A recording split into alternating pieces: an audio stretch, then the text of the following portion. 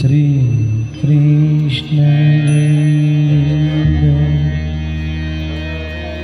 हरे मुरारे हे नाथ नारायण वासुदेवा श्री कृष्ण गोविंद हरे मुरारे हे नाथ नारायण वासुदेवा श्री कृष्ण गोविंद हरे मुरारे हे नाथ नारायण वासुदेवा श्री कृष्ण गोविंद हरे मुरारे हे नाथ नारायण वासुदेवा एकमात्र स्वामी सखा मारे एकमात्र स्वामी सखा मारे हे नाथ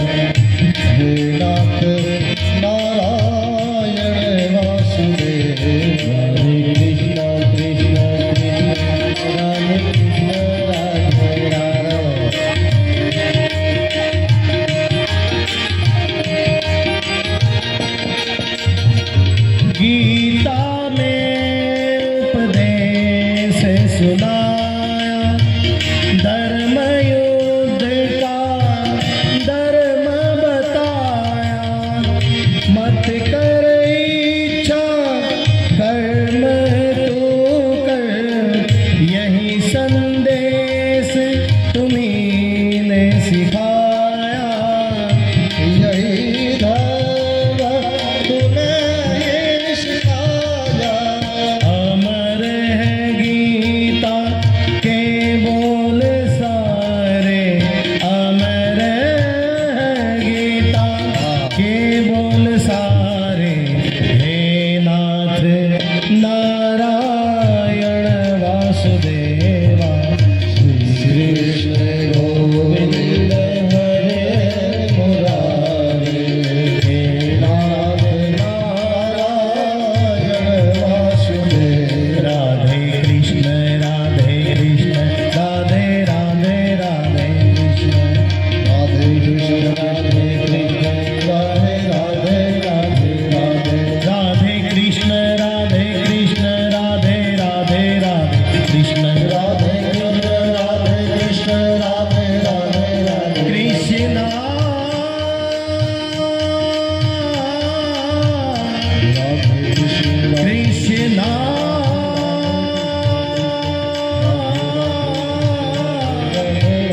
हरे कृष्णा हरे हरे राधे कृष्ण कृष्णा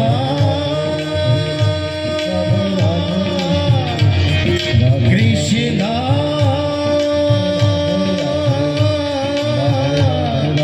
हरे कृष्णा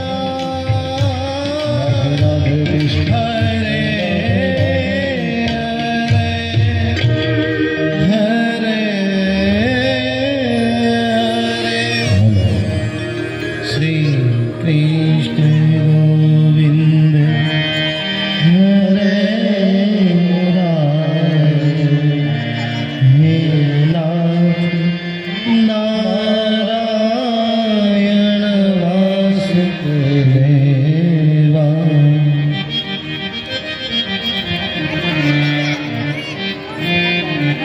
ભગવાનની ધૂન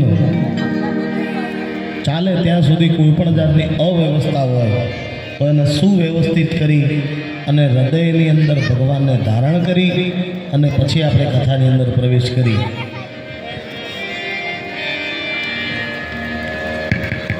આવો આજની કથાની અંદર શ્રીમદ ભાગવત સપ્તાહના દ્વિતીય દિનના મંગલાચરણની અંદર પ્રવેશ કરીએ એ પૂર્વે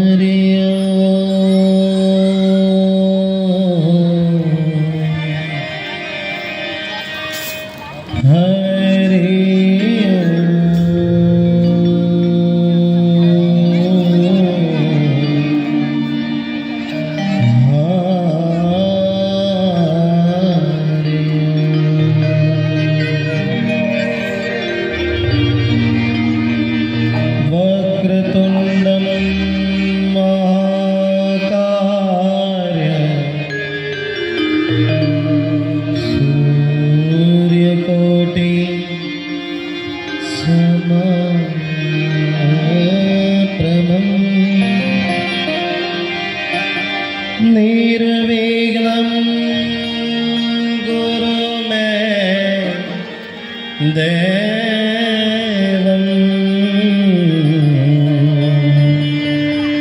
शुभ कार्ये सर्वदा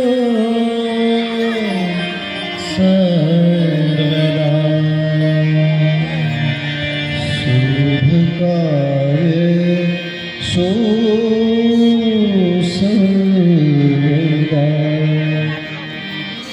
या देवी सर्वभूतेषु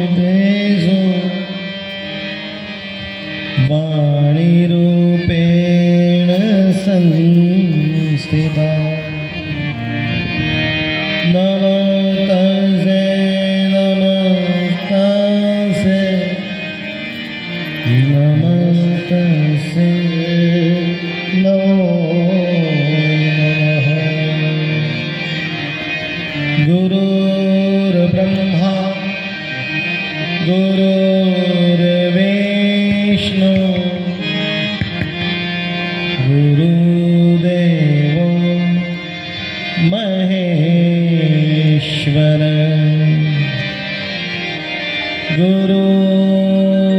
गुरुर्साक्षात् परब्रह्म तस्मै श्री गुरुवे नमः तस्मै श्री गुरुवे नमः मनोजवं मारुतदुर्वेगं जितेन्द्रियं बुद्धिमतां वरिष्ठं वातात्मजं वानरयोनमोख्यम् श्रीराम दूतं शरणं प्रवर्ते श्रीरामदूतं शरणं प्रवर्ते आइए हनुमंत बिराजियो कथा कहूँ मति अनुसार तुम सेवक रघुनाथ के पधारियो पवन कुमार पधारो पवनकुमार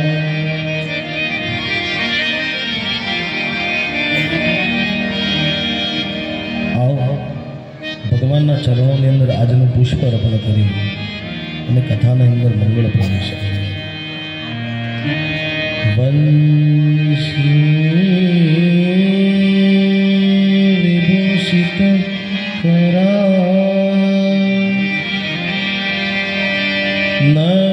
નવનીર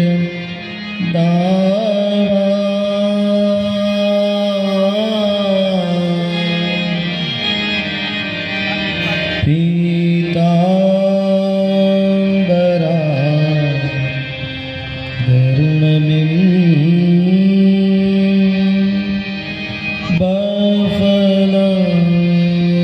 बफलादरोष्टा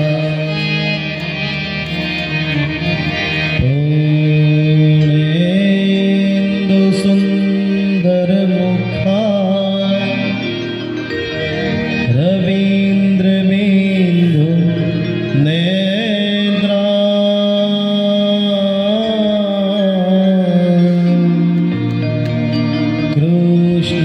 कृष्णात् परं किमपि तत्त्वमहं न जाने कृष्ण त्वदीय पद पंकजराम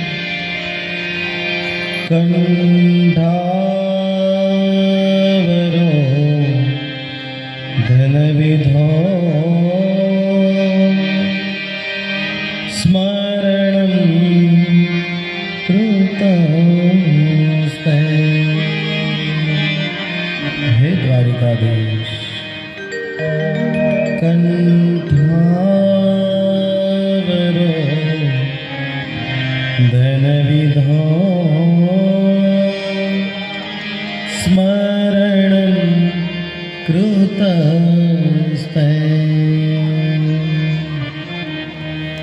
પ્રભો નંદ કુમાર મે સ્વામિની વૃષભાનુદા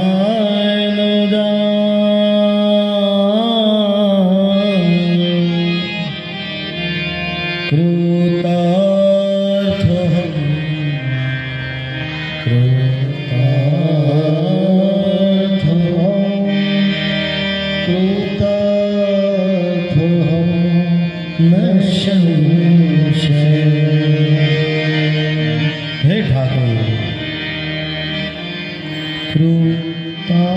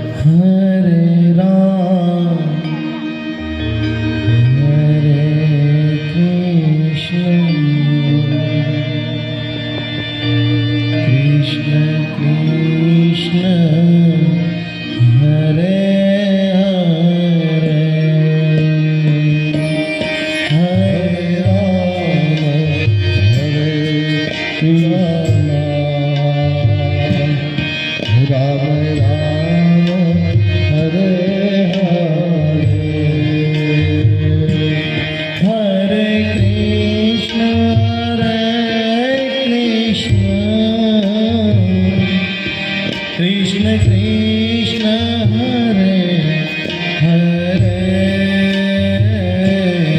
Hare Krishna Hare Krishna Krishna Krishna Hare Hare Hare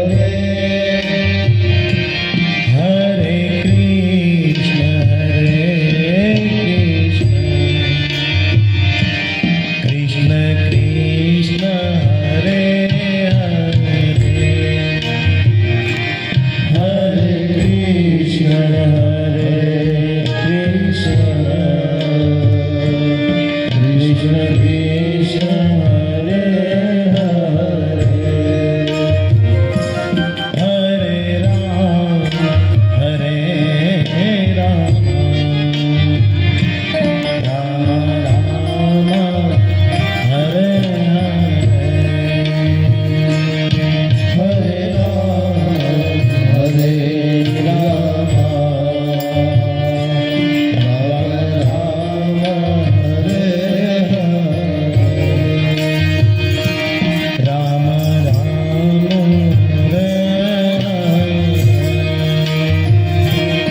Rama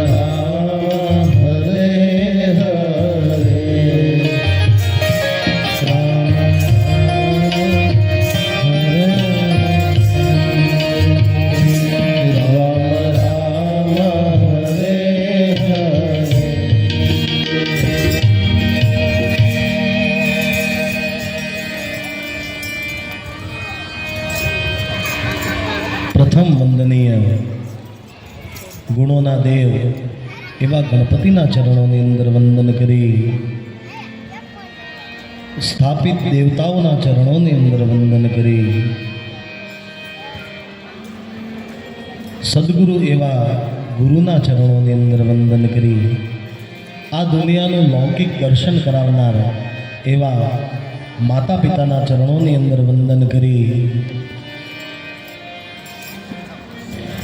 આ ધરા ઉપર ચરતા અચરતા પ્રત્યક્ષ અપ્રત્યક્ષ જીવાત્મા પ્રેતાત્મા વિદ્વાન બ્રાહ્મણો, આમંત્રિત મહેમાનો, સ્થાપિત પિતૃઓ અને પરીક્ષિત સમાન શ્રોતાઓને મારા વ્યાસપીઠ પરથી રાધે રાધે.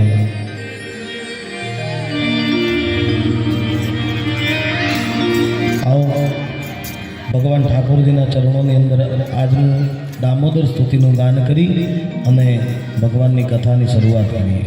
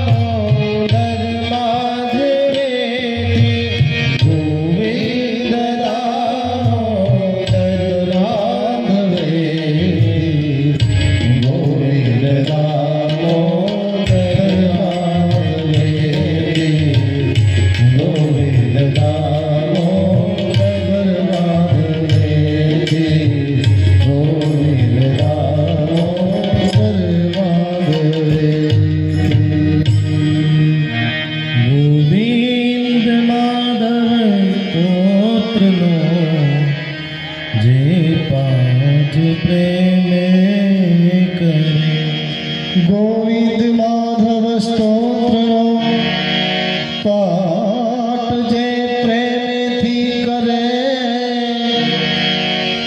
ગોવિંદ દામોદર દયા દાને સહજે ગોલોક સંચરે સહજે ગોલોક સંચરે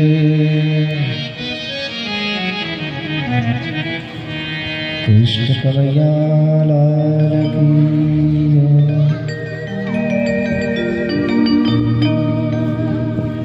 શ્રીમદ ભાગવત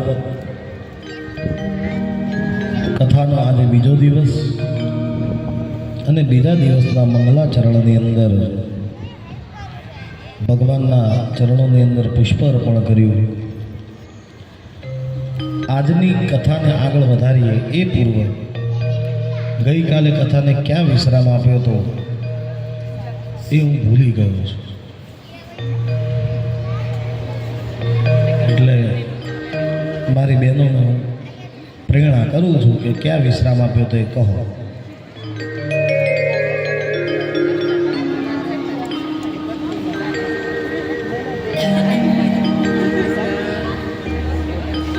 બોલો બોલો.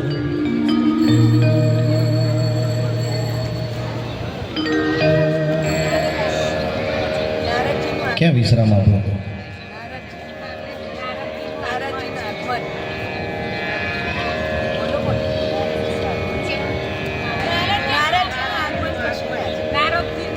બરોબર. પછી આગળ ક્યાં હતા નારદજી? કયા ક્ષેત્રની અંદર હતા? કેવો મૂડ હતો એમનો? હે નમિક્ષારાણી એ જગ્યાએ તો સુત મહાપુરાણી 88,000 શૌનકાદિક મુનિઓ ને સુત મહાપુરાણી કથા સંભળાવે છે. નારદજીની મહિમા એક આવે છે અને એમને સંભળાવે છે. ભાગવતજીનો મહાત્મય. આમાં એવું છે, જો હું કોઈ પરીક્ષક નથી, તમારી પરીક્ષા લેવા બેઠો પણ નથી. આપ સર્વે પરીક્ષાની અંદર પાસ છો એટલે અહીંયા બેઠા છો, સર્ટિફાઈડ છો ભાઈ, ડિગ્રી મેળવેલી છે. પણ આ તો શું છે કે આપણી જેની સુરતા સમયાને બધે વેદવાણી જેની સુરતા સાંભળ્યાને સા વધે વેદવાણી રે હરિને ભજતા હજુ કોઈ લાજ જતા નથી જાણી રે એ જેની સુરતા સાંભળ્યાને સા વધે વેદવાણી રે.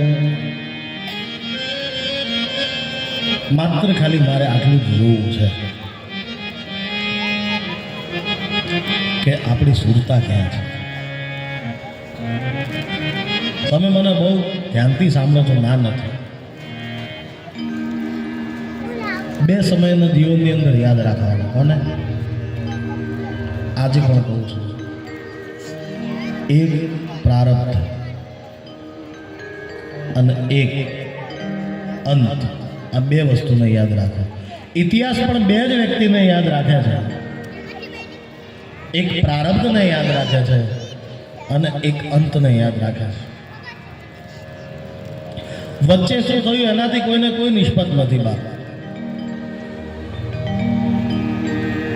કાલે ભગવાનની કથાનો પ્રારંભ કર્યો એ આપણને યાદ છે, પણ અંત ક્યાં લાવ્યો એ આપણને યાદ રહેવું જોઈએ. વચ્ચે મેં કયા દ્રષ્ટાંત કીધા, કયું ભજન ગાવ્યું એ હું તમને ન પૂછું, પણ મેં જ્યાં પડાવ મૂક્યો એ હું તમને પૂછું એનું એક જ કારણ પાછું તમને કહીશ પણ ખરી કે અહીંયા હું મારી કથાને વિશ્રામ આપું છું અને આવતીકાલે આપણે અહીંયાથી આગળ વધીશું. તમારે ખાલી એ પોઈન્ટ યાદ રાખવાનો છે. ક્યારેક ક્યારેક ગૂગલ મેપ લઈને ચાલતા હોઈએ અને ચૂકી દઈએ ને ભાઈ તો પછી પેલો ચકેડું ભમીને લાવે. પછી ચકેડું ભમવું જ પડે, ભમવું પડે ને. એવી જ રીતે તમને જો યાદ ના હોય ને ભાઈ સમજો હું પણ ભૂલી ગયો તો મારે કાલની કથા ફરી જ આવી પડે. બની શકે ને? એવું બને નહીં. પણ આ તો ખાલી તમને પૂછું છું કે આપ બધાનું ધ્યાન ઠાકોરજીની અંદર લાગે એટલા માટે. કાલે આપણે કથા બદ્રી વિશાળ ક્ષેત્રની અંદર નારદ મુનિ 4 સનત કુમારો જે છે ભગવાનના જ અંશ એવા એમને મળે છે અને પોતાના અંદરનો જે પણ આત્મગ્લાનિ છે એ એમને કહે છે કે મને આ પ્રકારની આત્મગ્લાનિ છે, માટે મારું ભજન છૂટી ગયું છે, મારું ભજન છૂટી ગયું છે. મારા મુખ ઉપર નારાયણનું નામ રહેતું હતું એ નારાયણનું નામ પણ છૂટી ગયું છે. અરે જે દેવદત્ત નામની વીણાને આખો દિવસ નારાયણ નારાયણ નારાયણ એ નારાયણ પણ છૂટી ગયું છે. એવી આત્મગ્લાનિ મને સતાવે છે. એ નારદ બીજું કોઈ નહીં, પણ જો આપણી વાત કરીએ તો હું તમને એક વાત કહું કે કોઈ તમને ચિંતા સતાવતી હોય ને સાહેબ, પછી તમારી આગળ કોઈ પણ જાતનો વૈભવ ઠાલવી દે ને તો તમને એના અંદર રસ ના લાગે. સાચું કહું છું. મોટામાં મોટો વૈભવ ઠાલવી દે. અરે 1 રૂપિયાથી લઈને કરોડો રૂપિયાની કોઈ પણ જાતની સુખ સાહેબી, કપડાં લઈ લો, જમવાનું લઈ લો, કંઈ પણ લઈ લો સાહેબ. કે હું તો કહું છેલ્લે આ મોબાઈલ આને લઈ લો, પણ જો તમારું માઇન્ડ અપસેટ છે તો તમને કોઈ વસ્તુના અંદર રસ નહીં લાગે. તમે એની અંદર ચિંતાની અંદર ગ્રસિત થઈ જશો. પણ અમારા વૈષ્ણવો એવું કહે છે કે વૈષ્ણવ 2 કાર્ય ન કરે, એક તો ચિંતા ન કરે અને એક સંગ્રહ ન કરે. અહીંયા સનત કુમારે કીધું કે હે પરમ જ્ઞાની,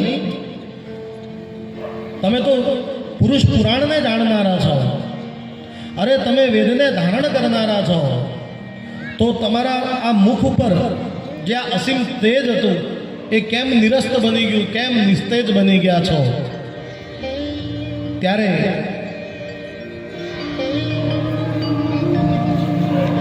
નારદજી કહે છે કે ધરતીને શ્રેષ્ઠ માની અને હું ત્યાં ગયો હતો. ત્યાં હું ગયો તો ખરી, પણ મને ત્યાં અશાંતિ અશાંતિ અશાંતિ, જ્ઞાન ક્યાંય રહ્યું નથી, તપ કોઈને કરવું નથી, અસત્ય લોકો બોલે છે, દાનથી દૂર ભાગે છે, અને દયા તો કોઈનામાં છે જ નહીં બાપજી. કળિયુગની અંદર સત્ય રહ્યું જ નથી. સત્ય કોણ છે ખબર છે? આગળ કથામાં આવશે. સત્ય એટલે મારા ઠાકુર. સત્ય કોણ? મારા ઠાકોરજી. બીજું કોઈ સત્ય છે જ નહીં, બીજું બધું મિથ્યા છે આ જગતની અંદર. પરમ સત્ય એક જ છે, એકો હમ બહુશ્યામી. તો એ મૂળ સત્ય જ એ ધરા ઉપર રહ્યું નથી. લોકો અસત્ય બોલતા થયા. અસત્ય કોણ? તો કે કળિયુગ. તપ કોઈને કરવું નથી. નથી કહેતા વેટ એન્ડ વોચ, કહે છે ને, વેટ એન્ડ વોચ. પણ આ કોઈને કરવું નથી.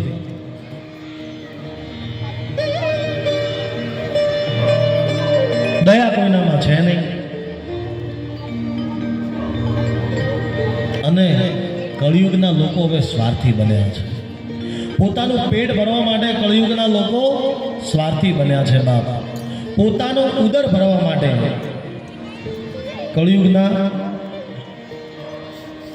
જે ભગવાનના જ અંશ છે,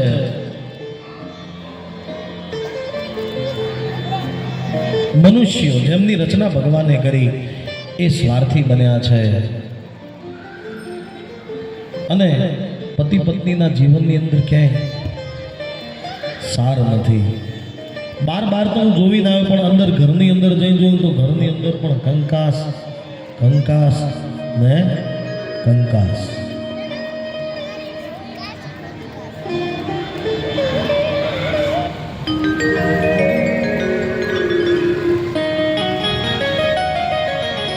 એક શેઠ એના ત્યાં એક ભાઈ કામ કરે. એક ભાઈ એના ત્યાં કામ કરે.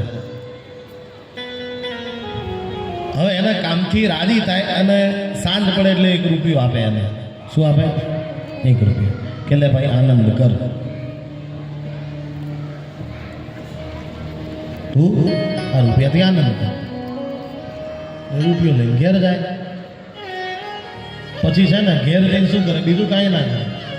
એને એમ કે ભાઈ કરોડપતિ થયા નથી, થવાના નથી, છીએ તો વાપરી લઈએ. એમ આખી શેરીને ભેગી કરી અને ભજન ભાવ કીર્તન અને પ્રસાદ પાણી નીધર તીધર જમવાનું બધું આયોજન કરે. નિત્ય નિજાનંદની અંદર મસ્ત રહે ભાઈ. એ મજૂર ઘરે જઈને હવે આ નિત્ય નિજાનંદ કરે છે ને, એ નિજાનંદ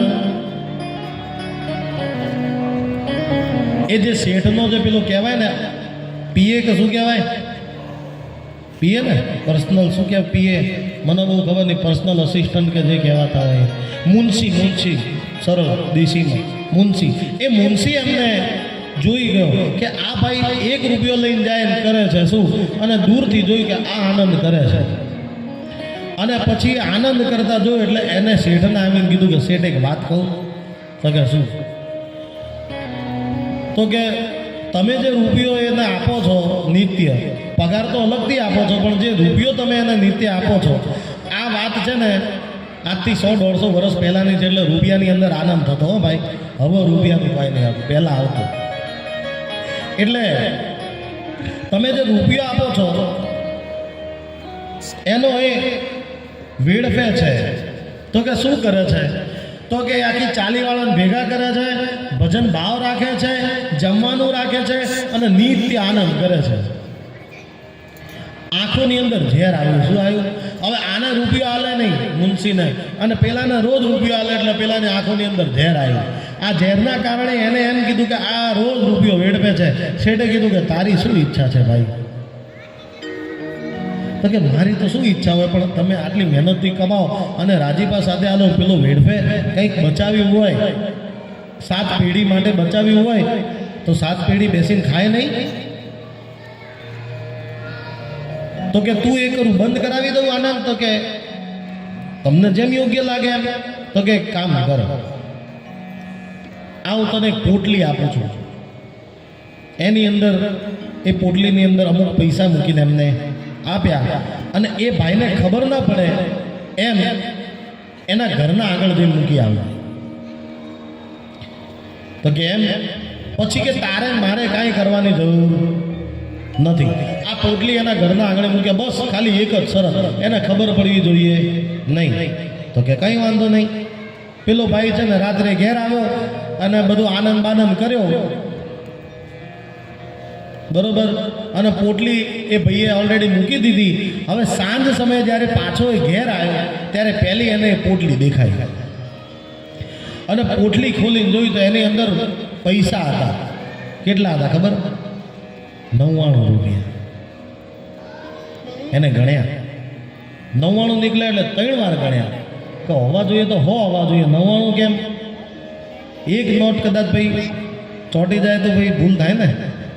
એટલે 99 કેમ છે? 3 વાર ગણ્યા તોય 99 નીકળ્યા. વિચાર્યું કે 99 રૂપિયા છે, તો કે 99 છે અને 100 કેવી રીતે કરું? તો કે આ શેઠે રૂપિયો આલ્યો છે ને એ અંદર નાખી દે, અને રૂપિયો એ 99ની અંદર ઉમેરી દીધો, અને પોટલીવાળી 99 રૂપિયા ઘરની અંદર મૂકી દીધા. હવે જે નિત્ય આનંદ કરતો હતો એ શેરીવાળા વાટ જોતા રહ્યા કે આ ભાઈ અમને બોલાવશે, ભજન કરશે, ચા પાણીની વ્યવસ્થા કરશે અને આપણે આનંદ કરીશું. એ દાડે 99 રૂપિયા આવ્યા અને ભજન બંધ થઈ ગયું.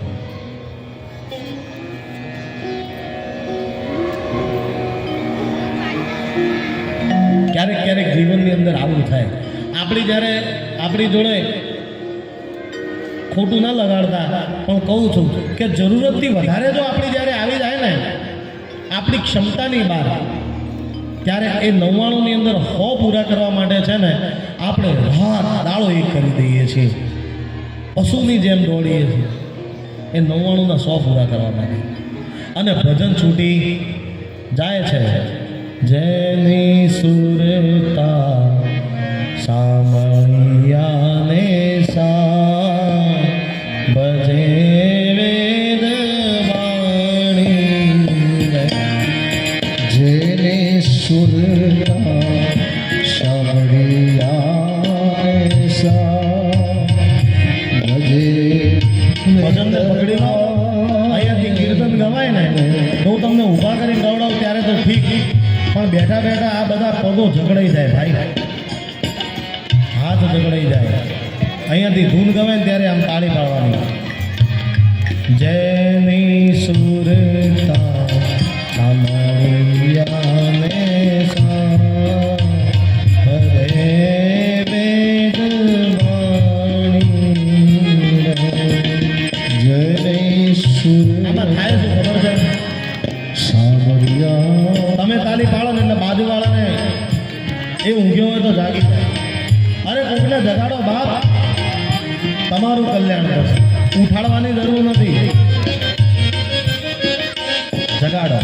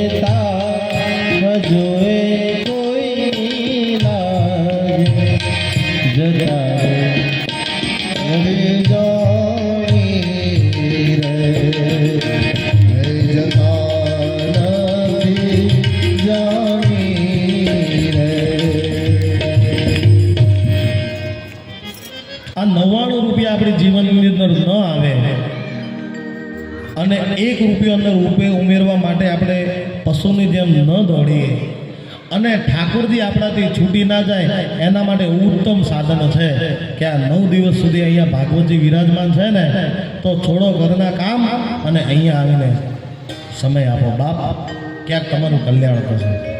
કારણ કે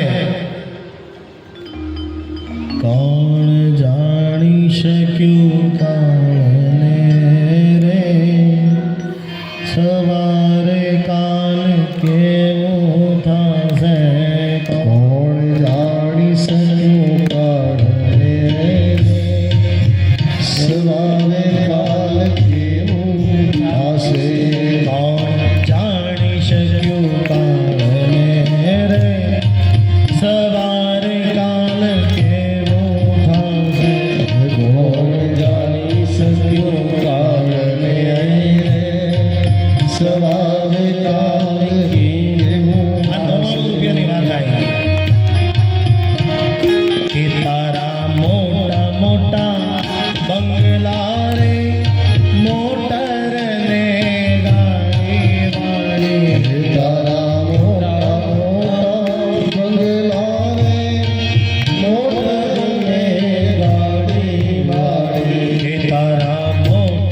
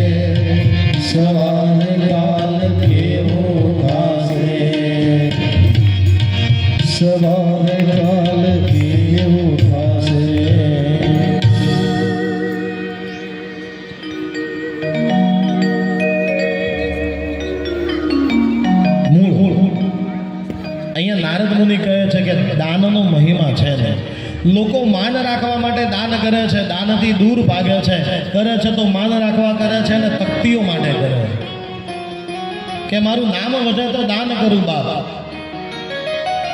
અરે દાન તો એવી વસ્તુ છે ને કે જમણા હાથથી થાય ને તો ડાબા હાથને ખબર ન પડવી જોઈએ. અંબાજીની અંદર જઈને કિલો હોનું મેલી આવે પછી ઘેર આવીને બ્લોકમાં કહી દે હું કિલો હોનું મેલી આવી, તો ભાઈ ગુપ્ત એનું સમજો. ગુપ્ત દાન તમે કરીને આવ્યા, કિલો સોનું ચડાવીને આવ્યા. હવે તમે આવીને કહી તો દીધું, પણ કેવી રીતે ખબર? ભગવાને મને ખૂબ આલ્યું છે, હું છે ને મા અંબાના ખોળાની અંદર એના મંદિરનું નિર્માણ થાય છે ને સોનાનો જીર્ણોદ્ધાર થાય છે, માટે હું કિલો સોનું મૂકી આવી, પણ નામ નથી લખાવ્યું, ગુપ્ત દાન કરી આવ્યા. તો પછી ગુપ્ત એનું રહ્યું ભાઈ. એના કરતી તો નામ લખાવતું કે શ્રી શ્રી મતી ફલાણા બેન ફલાણા બેન આમના તરફથી અંબાજીના મંદિરની અંદર માના ઘુમ્મટ માટે સોનાના જીર્ણોદ્ધાર માટે 1 કિલો સોનું આવે છે. નામ લખાવીને આવવું જોઈએ તો બીજાને પ્રોત્સાહન મળે. શું મળે? કે જો આપણા ગામનો વ્યક્તિ હવે સમજો એ ગામે જઈ એ મંદિરે જઈ અને આપણા ગામના બેન કે આપણા ફ્લેટના કોઈ બેન કિલો સોનું દાન કરી આવે તો આપણા ફ્લેટને પ્રોત્સાહન મળે કે જો આપણા આર્યન ગ્લોરિયાના એક બેન કિલો સોનું દાન કરી આવતા હોય તો ઈશ્વર મને 100 ગ્રામ તો 100 ગ્રામ હું પણ કરું, તો પ્રોત્સાહન તો મળે. શું મળે? પ્રોત્સાહન મળે કોકને કરવાનું. પણ કરીએ છે ગુપ્તને કહી દઈએ બધાને, પછી એનો કોઈ અર્થ નથી. એના કરતી તો નામ લખાવો અને દાન કરો. તકતીઓ માટે નહીં ભાઈ, પણ આપણા આનંદ માટે. અને આ બધું જોઈ નારદ મુનિ નિરસ્ત થઈ ગયા અને પછી એ ફરતા ફરતા ફરતા ફરતા વૃંદાવનની પાવન ભૂમિ ઉપર આવ્યા. અને જ્યાં વૃંદાવનની પાવન ભૂમિ ઉપર આવ્યા ત્યાં એમને કૌતુક જોયું. હે મુનિ કુમારો, અનાયાસે મારી નજર એ યમુનાના તટ ઉપર બેઠી એક સ્ત્રી ઉપર ગઈ. એ સમયે ભગવાનની હરિલીલા થઈ અને સ્ત્રી ઉપર મારી નજર ગઈ. અને એ સ્ત્રીનું વર્ણન હું કરું તો એ સ્ત્રી કાળા વસ્ત્રો ધારણ કરેલા હતા. એની આજુબાજુમાં બીજી બધી સ્ત્રીઓ એને ચમર ડાળતી હતી અને એ સ્ત્રી રુદન કરતી હતી. અને એના ખોળાની અંદર 2 પુત્રો એના વિરાજમાન હતા. પણ નવાઈની વાત મને એ લાગી બાપજી, તો કે શું? તો કે એ સ્ત્રી યુવાન હતી અને જે બાળકો હતા એ વૃદ્ધ હતા. પણ સાધુ તો ચલતા ભલા, મને પૂછવું જરૂરી લાગ્યું નહીં એટલે હું નજીકમાં થઈને નીકળવા લાગ્યો. હે મુનિશ્રેષ્ઠ, હું નજીકમાંથી નીકળવા લાગ્યો અને જ્યાં હું નજીકમાંથી નીકળવા લાગ્યો ત્યાં સ્ત્રીએ મને પુકાર કર્યો, આવો. શું કીધું એ સ્ત્રીએ? ભો ભો સાધુ ક્ષણં તિષ્ઠં મમ ચિંતાપી નાશય દર્શનમ તવ લોકસ્ય સર્વતા હરમ પરમ. ભો ભો સાધુ ક્ષણં તિષ્ઠ મમ ચિંતાપી નાશય દર્શનમ તવ લોકસ્ય સર્વતા હરમ પરમ. ભો ભો, ઉભા રહો. હે સાધુ મહારાજ, હે તપોધન, હે મહાત્મા, ઉભા રહો. એક ક્ષણ પર માટે મારી સામું તો જુઓ. અરે જો તમારી ક્ષણ અન્નની કણ અને સાધુની ક્ષણ તમારી જો એક નજર પણ મારા ઉપર પડશે ને તો મને વિશ્વાસ છે કે મારું કલ્યાણ થશે. માટે બહુ હું તમારો સમય ન લઉં, પણ એક ક્ષણ મારા ઉપર તમે નજર કરો, મારા ઉપર કૃપા કરો. તો કે શું થયું? તો કે મારી ચિંતાનો નાશ કરો બાપજી. અને હું માનું છું કે આપના સાનિધ્યની અંદર જો હું આવી જઈશ ને અને જો તમે મારી વાત સાંભળી લેશો ને તો મારું કલ્યાણ થશે, એ મને ખ્યાલ છે. માટે હે તપોધન, મારું કલ્યાણ કરો. અને નારદજીએ કહ્યું કે હે દેવી, આપ કોણ છો અને આ પુરુષો કોણ છે અને આ આજુબાજુમાં સ્ત્રીઓ કોણ છે? કારણ કે જ્યાં સુધી પરિચય ના થાય ત્યાં સુધી તો શું છે ભાઈ, આખી વાત જાણવી તો જરૂરી છે ને. એટલે નારદ મુનિએ પૂછતા કહ્યું, આ બાજુ ભક્તિ રાણી કહે છે, અહમ ભક્તિ રીતિ ખ્યાત ઈમો મે તનયો મતો જ્ઞાન વૈરાગ્યો માનો કાલ યોગે ન જર્જરો ગંગાધ્યામ સરિષ્યિત્વામ મત્સ્યવાર્થમ સમાગતા તથાપી ન જમ્રે શ્રેયઃ સેવિતાં સુરેરપી.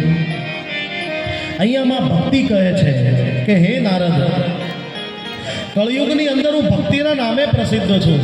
મારું નામ ભક્તિ છે અને કળિયુગની અંદર હું ભક્તિના નામે પ્રસિદ્ધ છું. મારા ખોળાની અંદર જે આ બંને પુરુષો છે ને, એ બીજું કોઈ નહીં પણ મારા પુત્ર છે. એકનું નામ જ્ઞાન અને બીજાનું નામ વૈરાગ્ય. આ બંને મારા પુત્ર છે. પણ કળિયુગના પ્રભાવથી હું પણ જીર્ણ બની અને મારા દીકરાઓ પણ જીર્ણ બન્યા. અને આજુબાજુમાં જે સ્ત્રીઓ છે બીજું કોઈ નહીં, ગંગા સિંધુ સરસ્વતી ચ યમુના ગોદાવરી નર્મદા કાવેરી સરયુ મહેન્દ્ર તનયા ચર્મવતી વેદિકા શિક્ષા વૈત્રવતી મહાસુર નદી ખ્યાતા જયા ગંડકી પૂર્ણા પૂર્ણ જલે સમુદ્ર સહિતા કુર્વંતે મે મંગલમ. આ આજુબાજુમાં જે સ્ત્રીઓ છે બીજું કોઈ નહીં બાપજી, પણ મારી આવી હાલત જોઈ અને મારી સેવા કરવા આવેલી આ સંસારની સમસ્ત નદીઓ છે અને મારી આવી હાલત જોઈ એ મારી સેવા કરવા આવી છે, એ બીજું કોઈ નહીં. ભક્તિ રાણી કહે છે, ઉત્તરામ દ્રવિડે સાહમ વૃદ્ધિ કર્ણાટકે ગતા ક્વચિત્તમ ક્વરિમ મહારાષ્ટ્રે ગુર્જરે જીર્ણતામ ગતા. હે તપોધન, એ કળયુગની અંદર હું ભક્તિના નામે પ્રસિદ્ધ છું. મારો જન્મ દ્રવિડ દેશમાં થયો છે. મારો જન્મ દ્રવિડ દેશમાં થયો છે. ત્યાંથી આગળ જતા કર્ણાટકની અંદર હું ઉછરી, એટલે કે મારી વૃદ્ધિ થઈ. દ્રવિડ દેશમાંથી હું આગળ કર્ણાટકમાં ગઈ, ત્યાં હું ઉછરી એટલે કે મારી વૃદ્ધિ થઈ. મહારાષ્ટ્રમાં મને સન્માન મળ્યું. મહારાષ્ટ્રમાં મને સન્માન મળ્યું, પરંતુ જ્યાં ગુર્જરે જીર્ણતામ ગતા, જ્યાં હું ગુજરાતની અંદર આવી ત્યાં હું જીર્ણ બની ગઈ.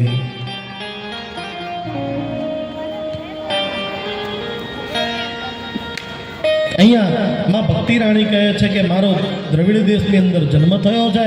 ભક્તિના નામે હું આ કળયુગની અંદર પ્રસિદ્ધ છું અને મને મારા એ કર્ણાટકની અંદર હું મોટી થઈ, ત્યાં મારું પાલન અને પોષણ થયું અને આગળ જતાં જ્યારે હું મહારાષ્ટ્રમાં આવી ત્યાં મને સન્માન મળ્યું અને ત્યાંથી હું જ્યાં આગળ આવી ગુજરાતની અંદર ત્યાં આવીને હું જીર્ણ બની ગઈ. આ ઘોર કળયુગમાં અધર્મના કારણે મારી આવી અવસ્થા થઈ છે. હે તપોધન, મારી આવી અવસ્થા થવાનું એકમાત્ર કારણ છે તો કે શું? તો કે ગુજરાતમાં આવીને હું જીર્ણ બની એનું એક જ કારણ છે. તો કે શું? કે ગુજરાતની અંદર પંથ સાંપ્રદાયિકતા અને પોતાના જ ધર્મને સાબિત કરવા માટે મારા ટુકડે ટુકડા કરી નાખ્યા. પોતાના જ ધર્મને સાબિત કરવા માટે હું શૈવ છું, હું રામાનંદી છું, હું સ્વામિનારાયણ છું, હું યોગેશ્વર છું, હું પુષ્ટમાર્ગીય છું. પંથ અને સાંપ્રદાયિકતાના નામે પોતાના ધર્મને સાબિત કરવા માટે મારા અંગના ટુકડે ટુકડા કરી નાખ્યા. માટે ગુજરાતની અંદર આવીને હું જીર્ણ બની. આ કારણે જ મારા જે દીકરા છે ને એ વૃદ્ધ અને ધરધર બન્યા છે અને મનુષ્યના અંદરથી જ્ઞાન અને વૈરાગ્ય જતો રહ્યો. અહીંયા ભક્તિ રાણી શું કહે છે તમને ખબર છે? એકલા ગુજરાતની વાત નથી, પણ હવે આખા હિન્દુસ્તાનની હું વાત કરું ને, આખી આ રાષ્ટ્રભૂમિ આપણી ભારત ભૂમિ શ્રેષ્ઠ. આપણે બધા છે ને પોતાના ધર્મને સાબિત કરવા માટે ધર્મના ટુકડે ટુકડા કરી નાખ્યા બાપ. એક નથી આપણે.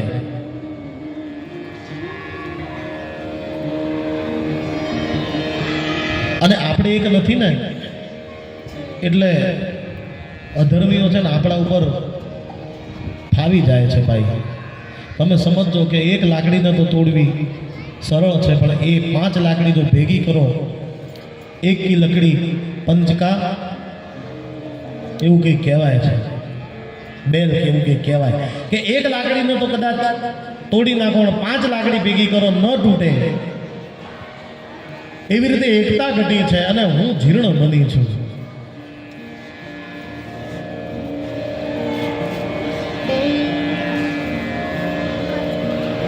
ગુજરાતમાં આવી અને હું જીર્ણ બની.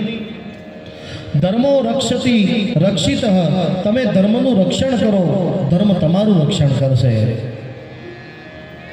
જેમ ભગવાન કૃષ્ણએ ગીતાની અંદર કહ્યું કે જ્યારે અધર્મ વ્યાપ્ત થશે ત્યારે ધર્મની સ્થાપના કરવા માટે હું આવીશ.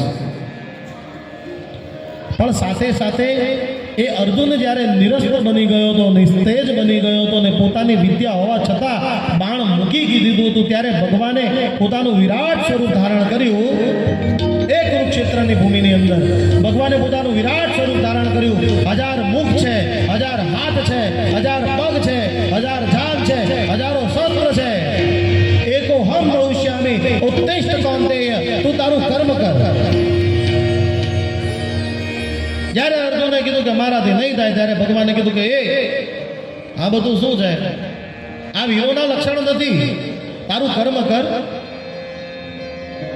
અહિંસા પરમો ધર્મ, ધર્મ હિંસા તથૈવ ચ. આપણને અડધો શ્લોક જ સમજાવ્યો છે બાપ ગાંધીજીએ. અહિંસા પરમો ધર્મ, જ્યાં ગાંધીજીનું બોર્ડ હોય ને ત્યાં ઉપર લખેલું હોય અહિંસા પરમો ધર્મ, અહિંસા પરમો ધર્મ. અને થોડા પેલા પિક્ચર વાળા કહે કે એક લાફો કોક મારે તો બીજો કાલ ધરવાનો. એ ભાઈ આ બધું શું છે? તમારા ધર્મ ઉપર કોઈ તલવારનો ઘા કરે એટલે તમારે પાછું આગળ શસ્ત્ર ત્યાગ કરી દેવા, લે ભાઈ માર. આવર એવું છે. આખો શ્લોક આ છે, અહિંસા પરમો ધર્મ, ધર્મ હિંસા તથૈવ છે. બાપજી બરોબર છે ને? આખો શ્લોક છે ને? પણ અડધો કરી નાખ્યો. પોલિટિક્સના કારણે અડધો થઈ ગયો બાપ. આપણને એવું શીખવાડ્યું કે શસ્ત્ર છોડી દો, ધર્મનો ત્યાગ કરો અને મીનું રહીને રહો. ભલે ઘરમાં આવીને તમને તમારા દેશની અંદર તમને બીવડાવે, પણ જ્યારે જ્યારે ધર્મ ઉપર હાનિ થાય, ધર્મ હિંસા તથૈવ છે. જ્યારે ધર્મ ઉપર હાનિ થાય ને ત્યારે ધર્મને બચાવવા માટે શસ્ત્રનો ધારણ કરવા પડે ને તો કરજો. એ મારા સોમનાથને બચાવવા માટે બ્રાહ્મણોએ પણ શસ્ત્ર ધારણ કર્યા હતા. જ્યારે મોહમ્મદ ગઝનવી આક્રમણ કર્યું ત્યારે ત્યાં હજી અમારી જનોઈઓ ત્યાં તોલાય છે. અરે એ બ્રાહ્મણો નહીં, પણ જે કહેવાય ને અમારો કિન્નર સમાજ, એમને પણ ત્યાં દેહનો ત્યાગ કર્યો છે. બ્રાહ્મણોએ શાસ્ત્રને ધારણ કરે છે, પણ શસ્ત્રની વિદ્યા એ બ્રાહ્મણ આપે છે. શસ્ત્રને ધારણ નથી કરતા, શસ્ત્રની વિદ્યા આપે છે, પણ શાસ્ત્રને ધારણ કરે છે. પણ જ્યારે જ્યારે જરૂર પડે ને ત્યારે ધર્મને બચાવવા માટે એક હાથમાં તલવારે રાખવી પડે ભાઈ, તો ધર્મ બચે, બાકી એમને એમ ના બચે. ધર્મો રક્ષતી રક્ષિત, તમે ધર્મની રક્ષા કરો, ધર્મ તમારી રક્ષા કરશે. માટે હું નિર્બળ અને નિસ્તેજ બની છું. બસ હું ફલાણો, હું ઢેકણો, હું ફલાણો, આ બધું છોડો યાર. ભગવાનનું એક જ રૂપ છે, સત્યમ પરમ ધીમહિ, પૂર્ણ પુરુષોત્તમ એક છે બાપ. મારે આ વ્યાસપીઠ ઉપરથી ક્યારેક ક્યારેક કોઈ કથાની અંદર વિવાદવાળા શબ્દ બોલે છે, મારે કોઈ વિવાદવાળા શબ્દ નહીં કહેતા, પણ હું એક જ શબ્દ કહું છું, એનો કોઈ વિવાદ જ નથી. બસ એક જ ધર્મ છે, એક જ મારો ઠાકોર છે. એના ધનિક સ્વરૂપ છે, એ જ ચલાવે છે, એ જ ઓપરેટર જનરેટર છે, એ જ ઓપરેટર છે અને એ જ ડેસ્ટ્રોયર છે. જેને સર્જનનો કોઈ મોહ નથી, સર્જનનો કોઈ મોહ નથી, પોષણનો કોઈ ગર્વ નથી કે હું હંકાવું છું. અને અંતે જ્યારે ભગવાન આ પૃથ્વીને સમેટે ને ત્યારે એનો કોઈ શોખ પણ મારા ઠાકોરને નથી કે હવે જય શ્રી કૃષ્ણ થઈ ગયું બધું, એનો શોખ મારો ઠાકોર ના કરે. આપણે એક ઘર ચલાવીએ, આમાં તો કે હું ઘર ચલાવું. એ ભાઈ તું નતો ત્યારે ચાલતો, તું હોઈશ તોય ચાલશે અને તું નહીં હોય તોય ચાલશે. આ સંસાર તો ચાલશે જ. તું તારા ઘરને ચલાવે એમાં તો મોટો ભાભો થઈ ગયો. અરે ભાઈ, સંસારને ચલાવવા વાળો કોઈ ઓર છે, કીડીને કણ હાથીને મળ આપવા વાળો કોઈ ઓર છે. સમય ઉપર આપણને ભૂખ્યા જગાડે તો છે પણ ભૂખા સુવાડતો નથી. એ મારા ઠાકોરનો પ્રતાપ છે, બાકી કોઈનો નથી. નગર જો મારો ઠાકોર ધારે ને તો તમે એમ કહો ને કે હું કરું તો એક ભલે આગળ થાળી પડી હોય તો કોળીઓ લઈ જવાની, મોઢામાં લઈ જવાની આપણી ક્ષમતા નથી. બાપ જો એ ઠાકોર ધારે છે.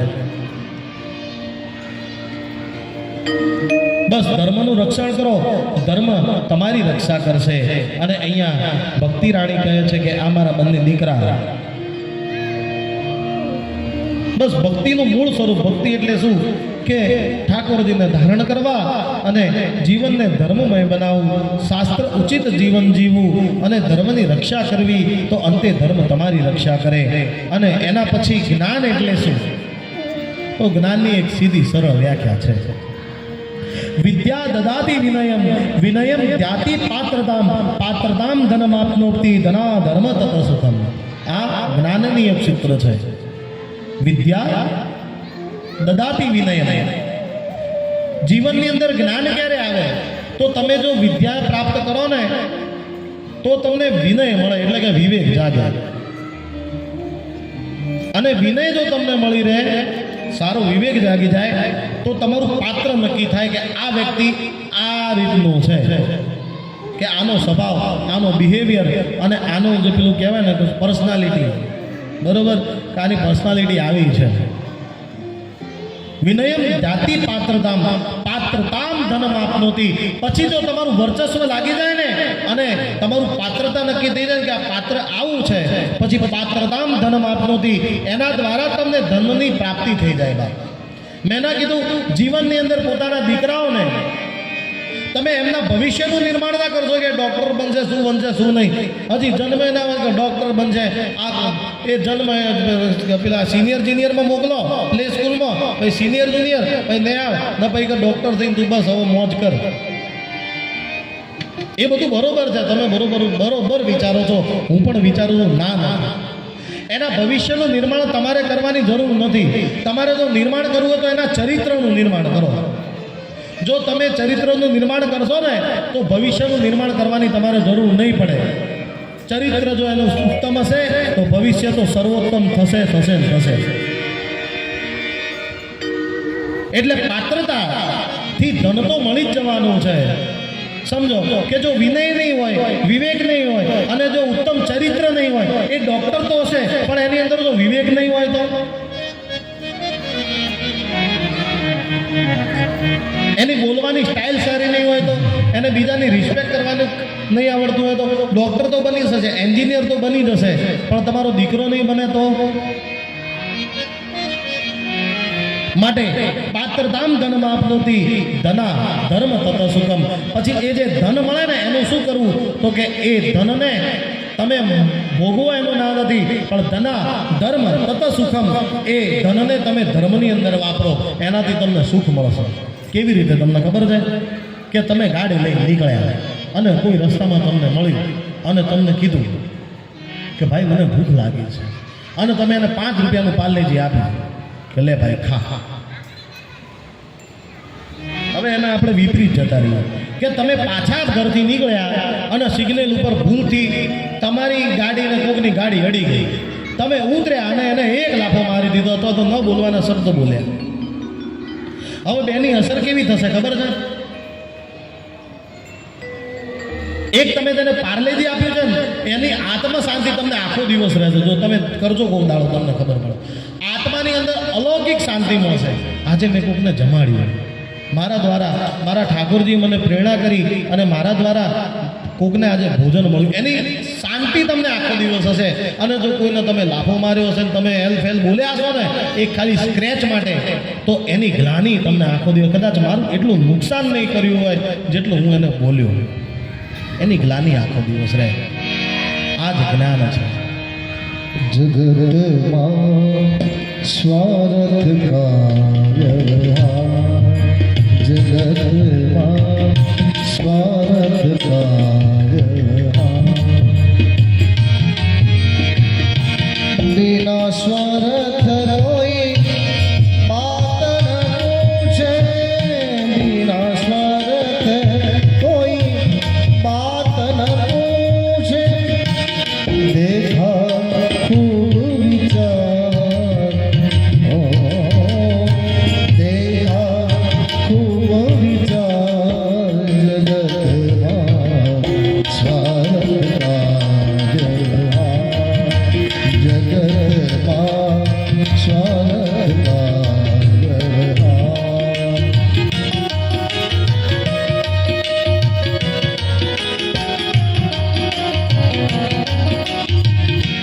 પુત્ર કમા કરે ધન ખોલાવે, પુત્ર કમા કરે ધન ખોલાવે, માતા કરે જોને પ્યાર,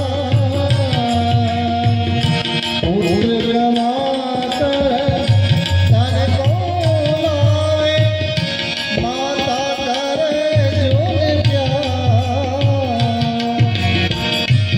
पिता कहे पुरुष पुत्र है, पिता कहे,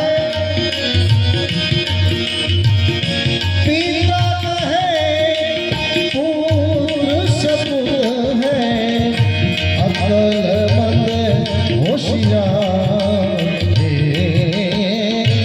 अक्लमंद होशियार, जगतમાં स्वार्थ कार्य, जगतમાં स्वार्थ कार्य, स्वार्थ कार्य.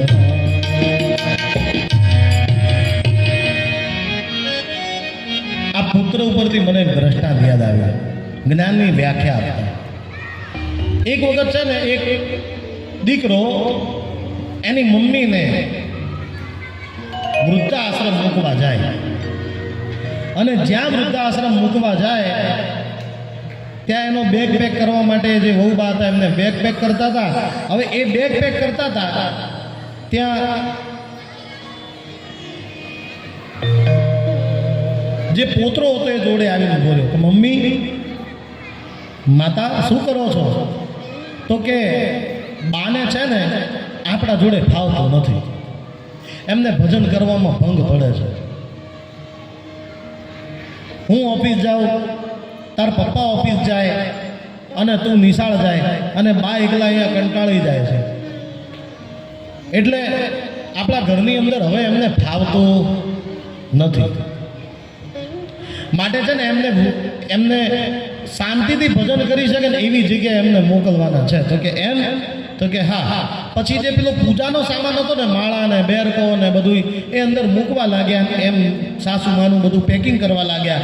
અને જ્યાં પેકિંગ કરવા લાગ્યા અને અંતે ઠાકોરજી ને બધું અંદર પેક કર્યું અને અંતે જ્યાં ઘંટડી મૂકવા જાય ત્યાં પેલા કીધું કે માતા આ ઘંટડી કેમ અંદર મૂકો છો? તો કે કેમ? તો કે બા કાલે પાછા આવશે તો કે ઘંટડી વગાડવા જશે ને ઠાકોરજીની આરતી કરશે તો કે હવે બા પાછા નહીં આવે, હવે બા ત્યાં જ રહેશે અને ત્યાં જ ઠાકોરજીની આરતી ને પ્રસાદ ને બધું કરશે. માટે એમને ત્યાં ઘંટડી જોઈએ ને ભાઈ, એટલા માટે હું મૂકું છું. તો કે માં એમ છે? તો કે હા. તો કે કાંઈ વાંધો નહીં માં, હું મોટો થઈશ ને એટલે જ્યારે તમને મારી જોડે નહીં ફાવે ને અને તમારે ભક્તિ કરવી હશે ત્યારે હું તમારા માટે મોટો ઘંટ લાવીશ, તમારા માટે હું મોટો ઘંટ લાવીશ અને તમને અર્પણ કરીશ. તમે તો માત્ર ઘંટડી મૂકો છો, હું તમારા માટે મોટો ઘંટ લાવીશ. ક્યારેક ક્યારેક નાનું બાળક આપણને બોધ આપી જાય. જીવનની અંદર જ્ઞાન એટલે એક જ સરળ વ્યાખ્યા છે કે તમને જેવો વ્યવહાર તમને ન ગમતો હોય એવો વ્યવહાર બીજા જોડે ન કરવો, એ જ જ્ઞાન. એનાથી મોટું કોઈ જ્ઞાન નથી. બની શકે તો કોઈનું સારું કરવું, બાકી કોઈનું અહિત કરવું નહીં, એ જ જ્ઞાન છે. એનાથી મોટું કોઈ જ્ઞાન છે નહીં. અહીંયા જ્ઞાનની વ્યાખ્યા આપી અને અંતે કહ્યું કે મારો બીજો પુત્ર વૈરાગ્ય. કળિયુગની અંદર છે ને, લોકોને ભક્તિ તો આવે છે, જ્ઞાન તો છે કે આ ભક્તિ કરવાની છે, પણ વૈરાગ્ય કોઈને જાગતો નથી. આ કથામાં આવે ને એટલે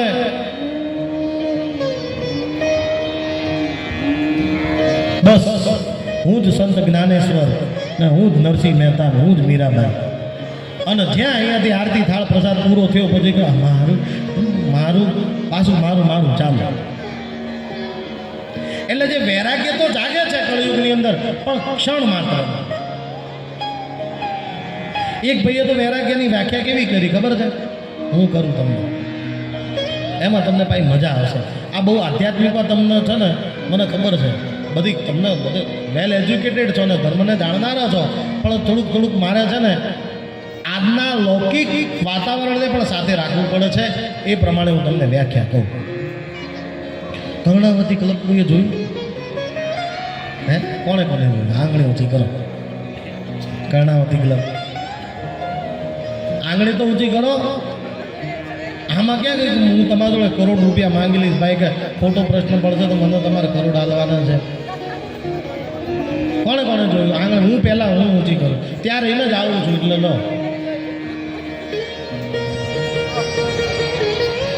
હવે કળિયા એ કર્ણાવતી ક્લબની આગળ ઉતરી અને પછી એક્ઝેટ આમ સામે જોવાનું. એની સામે સિગ્નલ ક્રોસ કરી શું દેખાય? હે, ઇસ્કોનના હમણાં પેલા કર્ણાવતી માટે આંગળી ઊંચી કરાવતો તો તમે આંગળી ઊંચી ના કરી. ઇસ્કોન ગાંઠિયા માટે તમને બધી ખબર છે, માટે તમે જતા તો હશો, રોજ જાઓ છો. જોકે હવે તો ટેકનોલોજી એવી બધી છે કે ઇસ્કોન વાળા તો પેલો ઝોમેટો વાળો મોકલાવી દે. એટલે તમે હવે આપણે એટલા બધા આળસુ થઈ ગયા ને, એટલા બધા આળસુ, એટલે પલંગમાંથી ઊભો ના થાય, બેઠો બેઠો અને ઇસ્કોનના ગાંઠિયા ઘેર આળસુ. એટલે એ ઇસ્કોનના ગાંઠિયા ઉપર એવું થયું, સવારનો પોર એક સુખી સંપન્ન વ્યક્તિ ત્યાં નાસ્તો કરવા આવ્યો. હવે પહેલું જ ભાણ ઉતરે અવિનાશભાઈ, આમ પેલો એવા ક્રંચી ગાંઠિયા બનાવે ને, આમ પેલું આમ ઝારો અંદર નાખે અને એક આમ તો 2 કિલો 3 કિલો ઉતારે અને જોઈને એવું થાય કે હા શું અંદર મરી નાખી છે.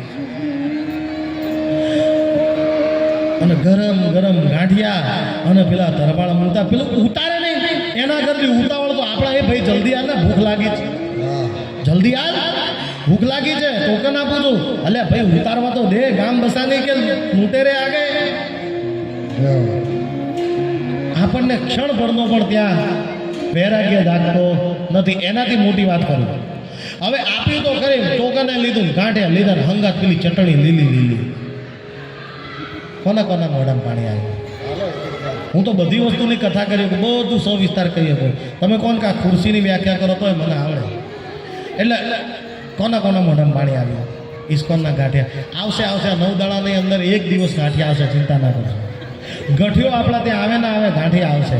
હું પ્રેરણા કરું છું, આવશે. 9 દાડાની અંદર એકવાર તમને લાભ મળશે. હું પ્રેરણા કરું છું અહીંયાથી.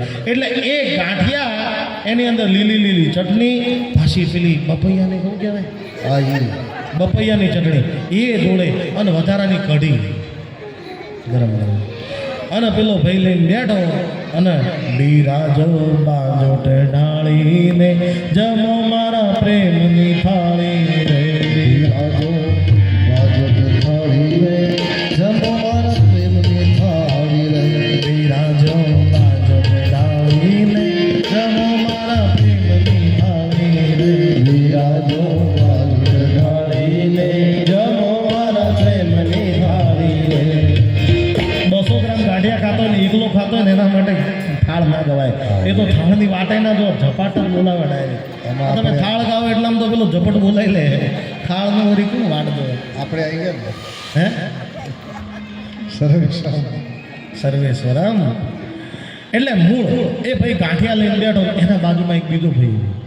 હવે પેલો ઊભો અને ઊભો આમ જોવે મારી જેમ. પેલો ભાઈ ખાય અને પેલો આમ જોવે ને ધારી ધારી પેલાને ખબર પડી કે મારી આમ જોવે છે. પેલાએ પૂછ્યું કે ભાઈ કંઈ કામ છે? શું કામ જોવો છો? તમે ઓનો ઓળખો છો? તો કે ના. તો કે શું કંઈ કામ છે? તો કે ના. તો કે પણ એક મારો પ્રશ્ન છે. તો કે શું? હવે એના ગાંઠિયા ખાવા એની પરિસ્થિતિ નથી ભાઈ, એની પરિસ્થિતિ નથી. માટે એને વિવેકથી કીધું, ગાંઠિયા ખાવ છો? તો કે હા. એકલા એકલા? તો કે ના, એકલો એકલો. મારા માતા પિતાએ મને એવો સંસ્કાર જ નથી આપે કે હું એકલો ગાંઠિયા ખાઉં. આની સાથે ચટણી છે, એક નહીં બે છે. જો બે જાતની ચટણી ને કઢી વધારાની, મરચા તો એક્સ્ટ્રા. હું કોઈ દાડો એકલો ના ખાઉં. મારા અંદર એટલો વૈરાગ્ય તો છે કે હું એકલો ખાતો નથી. એવી જ રીતે વૈરાગ્યની એક ભાષા એવી છે કે ભાઈ વહેંચીને ખાવું એ વૈરાગ્ય. આપણા ધર્મશાસ્ત્રની અંદર લખ્યું છે, પ્રથમ રોટલી ગાયને, બીજી રોટલી શ્વાનની, અને અંતે પછી આપણે ગ્રહણ કરવું. આપણા આંગે આવેલો હોય ને એને આપવું. વહેંચીને ખાવું એનાથી મોટો કોઈ વૈરાગ્ય નથી. અહીંયા વૈરાગ્યની જ્યાં વાત કરી અને ઇન્ટ્રોડક્શન પૂરું થયું ત્યાં નારદજી બોલ્યા કે અરે ભક્તિ રાણી, તમે જ્યાં પેલો પરિચય પૂર્ણ થયો અને કારણ પૂરું થઈ ગયું ત્યાં જ નારદજી બોલ્યા, અરે ભક્તિ રાણી તમે, અરે આપ તો સદૈવ પ્રભુના ચરણોના અધિકારી છો. અરે આપ તો દિનતાના આસન ઉપર વિરાજમાન છો.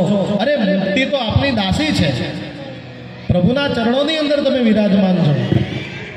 દિનતાના આસન ઉપર તમે રાજ કરો છો, તમે રાણી છો. અરે મુક્તિ તો તમારી દાસી છે. કોઈને મુક્તિ મેળવવી હોય ને તો તમારા શરણે જ્યાં સુધી ન આવે ત્યાં સુધી એને મુક્તિ મળે નહીં. માટે મુક્તિ તો તમારી દાસી છે. કળિયુગમાં મનુષ્યને 84 લાખ યોની મળે,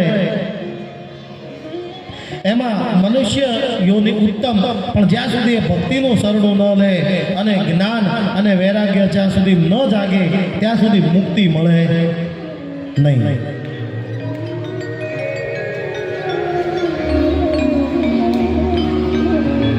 માટે મુક્તિ મેળવવા માટે ભક્તિના શરણે જવું પડે. અરે ભક્તિ રાણી તમે, તમારી આવી હાલત? તો કે હા. અને પછી ભક્તિ રાણી બોલ્યા, હે તપોધન, હું આપના શરણે આવી છું. મારા આ જે બંને દીકરાઓ છે એમને જગાડો જ્ઞાન અને વૈરાગ્યને, નહીતર ઇદમ સ્થાનમ પરિત્યજ્ય વિદેશમ ગમ્યતે મયા. હે તપોધન, કાં તો તમે મારા દીકરાઓને જગાડો, હું આપના શરણે આવી છું. નગર ઇદમ સ્થાનમ પરિત્યજ્ય વિદેશમ ગમ્યતે મયા. જગાડો, નગર પછી હું ભારતને છોડી અને વિદેશ ચાલી જઈશ. તમે જો કે આપણા ભારતની અંદર જેટલી ભક્તિ નથી એટલી વિદેશની અંદર છે. ઇસ્કોન ટેમ્પલ છે, એ ભૂરિયાઓ ઢોલક લઈને, ભલે એમને રાગ આવડે ના આવે, હરે રામ રામ રામ સીતા રામ રામ રામ. મને ભૂરિયાનો રાગ નહીં આવડે, નહીં આવડે, આવડતો નહીં મગન ગાવા. હરે રામ રામ ભૂરિયાનો રાગ આવડે ને? મેં સાંભળ્યું તો છે, કાંઈ વાંધો નહીં, યાદ નહીં આવે તો કાંઈ નહીં. એ ભૂરિયા હોય ગાવે છે ઢોલક લઈ, હરે રામા હરે કૃષ્ણ. અને એ ભક્તિ એમને ત્યાં લાગે છે. તમે વિચારો તો ખરી, આપણા ત્યાં ભક્તિ ઘટી માટે વિદેશમાં વધી. અહીંયાથી તમને એક પ્રાર્થના કરું છું, ધર્મને ધારણ કરો, ભક્તિને બચાવી. અને જો પૂર્ણ રૂપે વિદેશમાં જશે ને તો પછી અહીંયા બધુંય હશે, પણ ભક્તિ નહીં હોય. ભક્તિ નહીં હોય ને તો જ્ઞાન વૈરાગ્ય નહીં હોય. જ્ઞાન અને વૈરાગ્ય નહીં હોય ને તો તમે માણસ તો હશો, પણ કેવા ખબર છે? મશીન જેવા, મશીન સારા એના. હવે કોઈને રામ રામ કરો તો રામ રામ કરવાનો ટાઈમ નહીં. પેલો કે મજામાં, તો કે મજામાં જ છીએ. મજામાં કીધું એમ એવું થઈ ગયું. મજામાં તો કે મજામાં જ છીએ ભાઈ. કેવું તબિયત આવી તો હું તમારે બગાડવી હતી લે. પેલો ઉકળાટ ભરેલો જ બેઠો હોય, પેલો કે તબિયત સારી ને કાકા, તો કે તાર બગાડવી હતી. એટલે મૂળ ભક્તિને ધારણ કરી અને રહો બાપ. ભક્તિ જો વિદેશમાં જશે તો આ ભારત ભૂમિ એ વિશ્વગુરુ તરીકે ઓળખાય છે અને ભક્તિ વગર આ ભારતનું કોઈ મૂલ્ય નથી. અને પછી તપોધન એવા બ્રહ્મ ઋષિ નારદજીએ કહ્યું, આપ ચિંતા ના કરો, હું આપને વચન આપું છું, કાં તો આ નારદ તમારા જ્ઞાન વૈરાગ્યને જગાડશે, કાં તો આ નારદ આજ પછી વીણાનો ત્યાગ કરશે. હું આજ પછી ભગવાનને નહીં ભજું જ્યાં સુધી તમારા આ બે દીકરાઓને નહીં જગાડું. અને પ્રતિજ્ઞા કરી બાબા. અને પછી વેદો અને મંત્રોનો સાર એવો એ જ્ઞાન અને વૈરાગ્યના કાનની અંદર રેડિયો. ઓમ નમો ભગવતે વાસુદેવાય. ઓમ નમો ભગવતે વાસુદેવાય. ઓમ નમો ભગવતે વાસુદેવાય. ઓમ નમો ભગવતે વાસુદેવાય. ઓમ નમો ભગવતે વાસુદેવાય. ઓમ નમો ભગવતે વાસુદેવાય. ઓમ નમો ભગવતે વાસુદેવાય. ઓમ નમો ભગવતે વાસુદેવાય. ઓમ નમો ભગવતે વાસુદેવાય. ઓમ નમો ભગવતે વાસુદેવાય.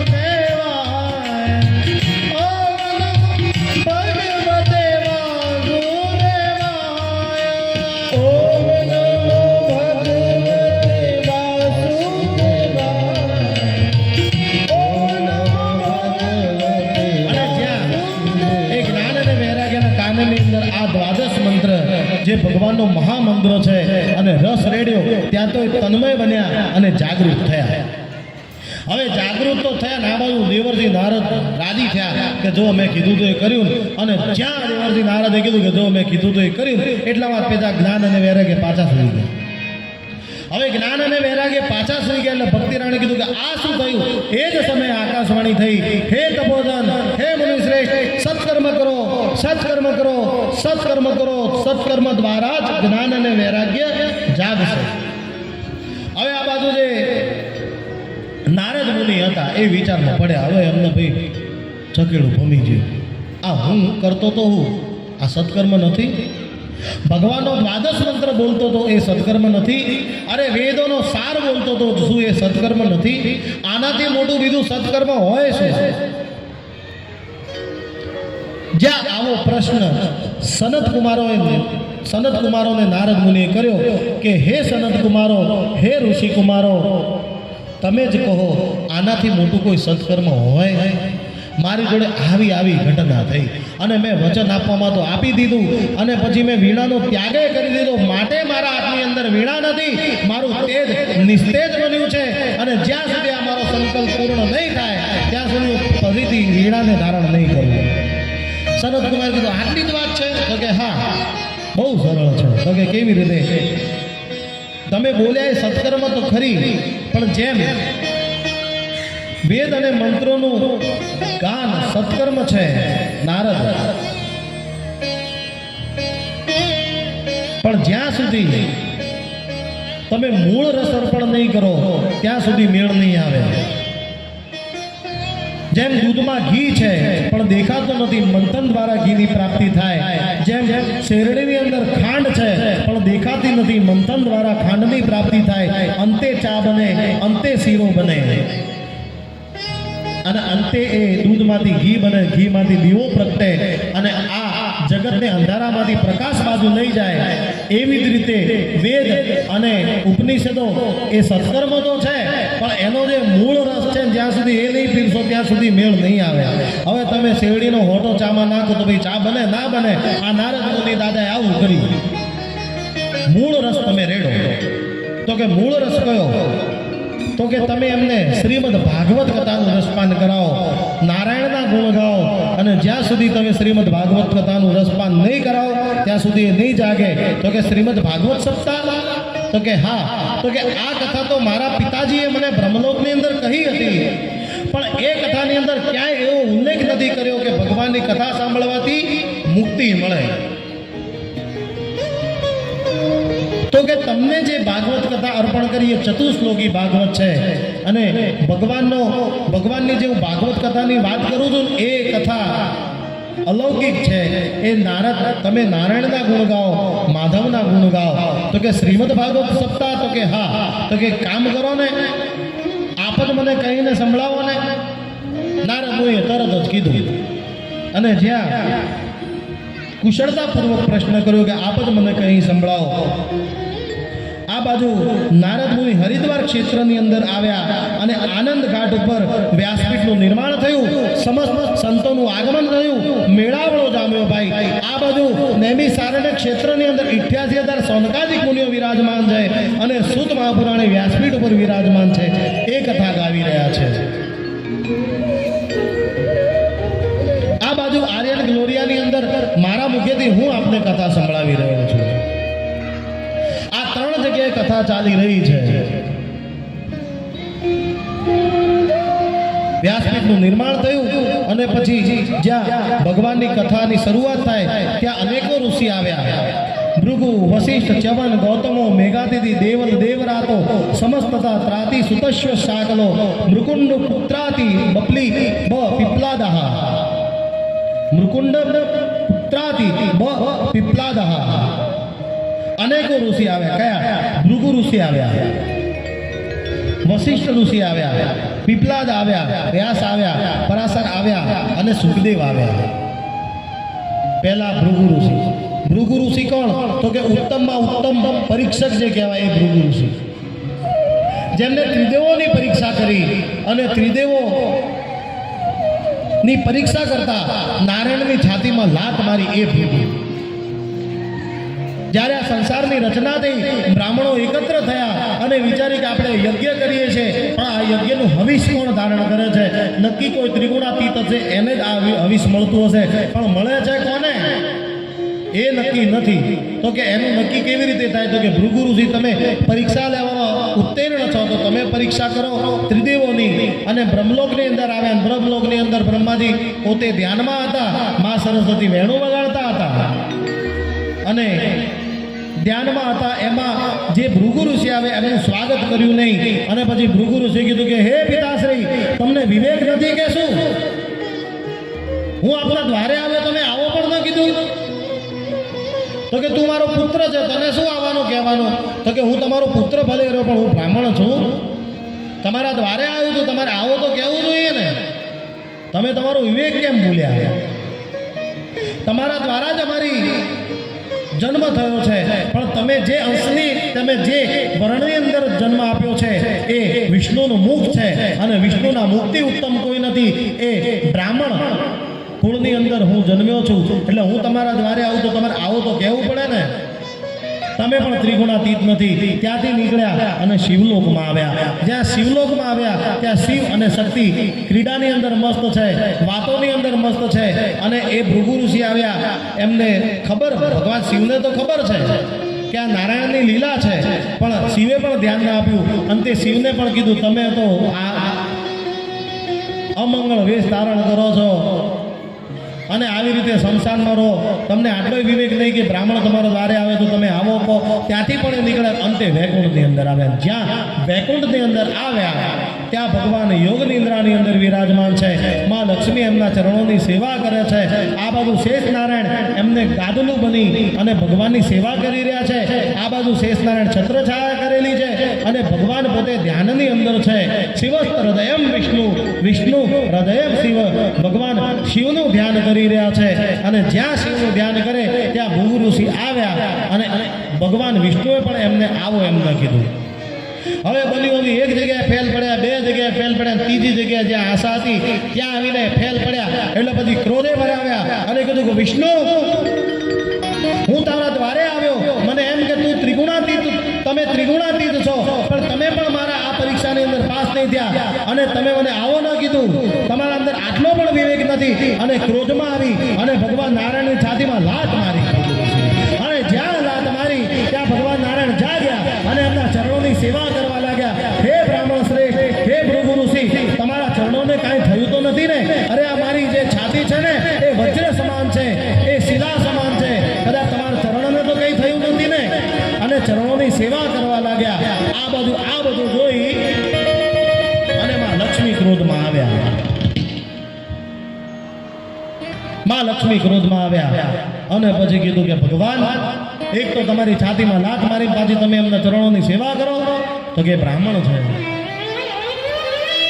મારાથી પણ ઉપર ગણું છું એમને.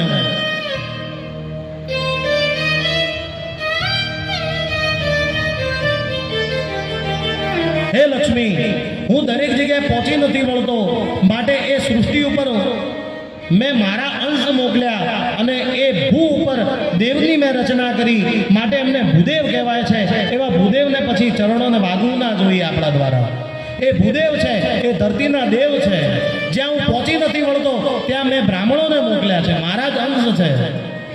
અને લક્ષ્મીએ કીધું એ બધું બરોબર છે, પણ તમારા છાતીમાં લાત મારી એ તો તમે ધ્યાન રાખો. તો કે મારું અવિવેક જાણો, મને કદાચ દંડ આપ્યો હશે તો હું સ્વીકાર કરી લઈશ બાપ. જો તમે ભગવાન તો જુઓ, ક્યારેક બ્રાહ્મણો અવિવેક થઈને કંઈક કરી દે, પણ ભગવાન ખોટું નથી લગાડતા, કારણ કે ભગવાનને ખબર છે કે એની અંદર પણ ભક્તિ છે. અને ભગવાન જ્યાં ચરણોની સેવા કરવા લાગ્યા ત્યાં માં લક્ષ્મીએ પછી બીજો સ્વર ઉપાડ્યો. બીજું બધું તો ઠીક છે નારાયણ, પણ જે જગ્યા, જે સ્થાન ઉપર એમને લાત મારી છે ને, જે સ્થાન ઉપર પ્રહાર કર્યો છે, એ સ્થાન મારું છે. એ સ્થાન મારું છે. તમારા હૃદયની અંદર હું વસું છું. એમને તમારા છાતી ઉપર પ્રહાર નથી કર્યો, એમને મારા ઉપર પ્રહાર કર્યો છે. જાઓ બ્રાહ્મણો, તમે તમારો વિવેક ભૂલ્યા, હું તમને શ્રાપ આપું છું, હું તમારા ત્યાં ઊભી નહીં રહી. અને બ્રાહ્મણોને શ્રાપ આપ્યો છે. હજી ઊંધી સહન કરીએ છીએ. અમારે ત્યાં લક્ષ્મી તો આવે પણ જરૂરત પૂરતી. કેટલી જરૂર પૂરતી આવે, એક્સ્ટ્રા ના હોય. હા, એક્સ્ટ્રા હોય, કોને હોય ખબર છે? જે કર્મકાંડની નથી, જે મોટા મોટા હોદ્દા ઉપર છે, એના ત્યાં એક્સ્ટ્રા ધન પડ્યું હોય. જે ઊંચા હોદ્દા ઉપર છે, જે કર્મકાંડ નથી કરતો પણ જે કર્મકાંડી બ્રાહ્મણ છે ને, એના ત્યાં તો લક્ષ્મી લિમિટેડ જ હોય ભાઈ. અને અહીંયા ભૃગુ ઋષિ, ઉત્તમ, પીપલાદ, વ્યાસ, પરાશર જે છે એ વ્યાસના પિતા છે. કૃષ્ણ દ્વૈપાયનો એવા વ્યાસના પરમ પિતા એવા પરાશર, એમના દીકરા વ્યાસ અને એમના પણ દીકરા સુખદેવ મહારાજ, એ ત્રણેય કથા સાંભળવા આવ્યા. વશિષ્ઠ મુનિ આવ્યા, જે રામના ગુરુ હતા. માર્કંડે મુનિ આવ્યા, જેમને મૃત્યુંજય મંત્રની રચના કરી. અને એ તો ઠીક, પણ આ કથા તમને એવું શીખવાડે છે કે જ્યારે પણ ભગવાનની કથા બેસે ને ત્યારે 3 પેઢીઓને સાથે જવું. જેવી રીતે પરાશર આવ્યા દાદા, પિતા આવ્યા વ્યાસજી અને પૌત્ર આવ્યા સુખદેવજી. જેમ 3 પેઢી કથા સાંભળવા ગઈ, એવી રીતે કથા સાંભળવા માટે એકલા ન જવાય, 3 પેઢીઓને જવું જોઈએ.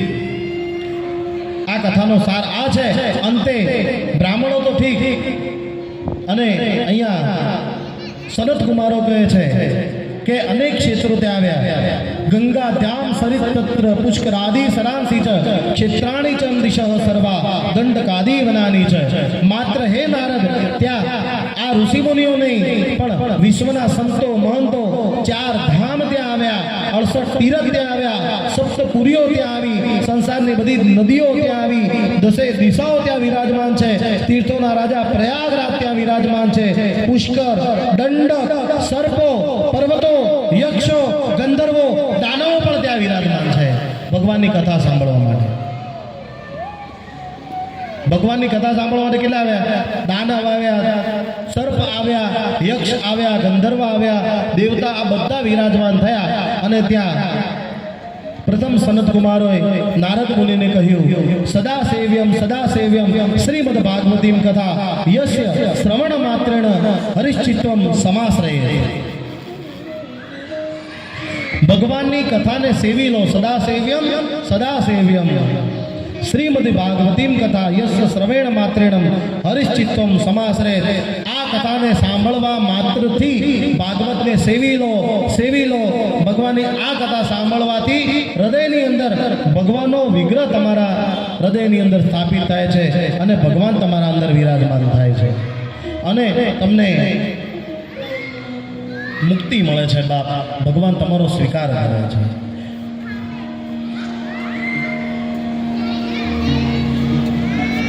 ભગવાનની કથા સાંભળવા આવો ને, ભગવાનની કથાની અંદર કેટલો પાવર છે.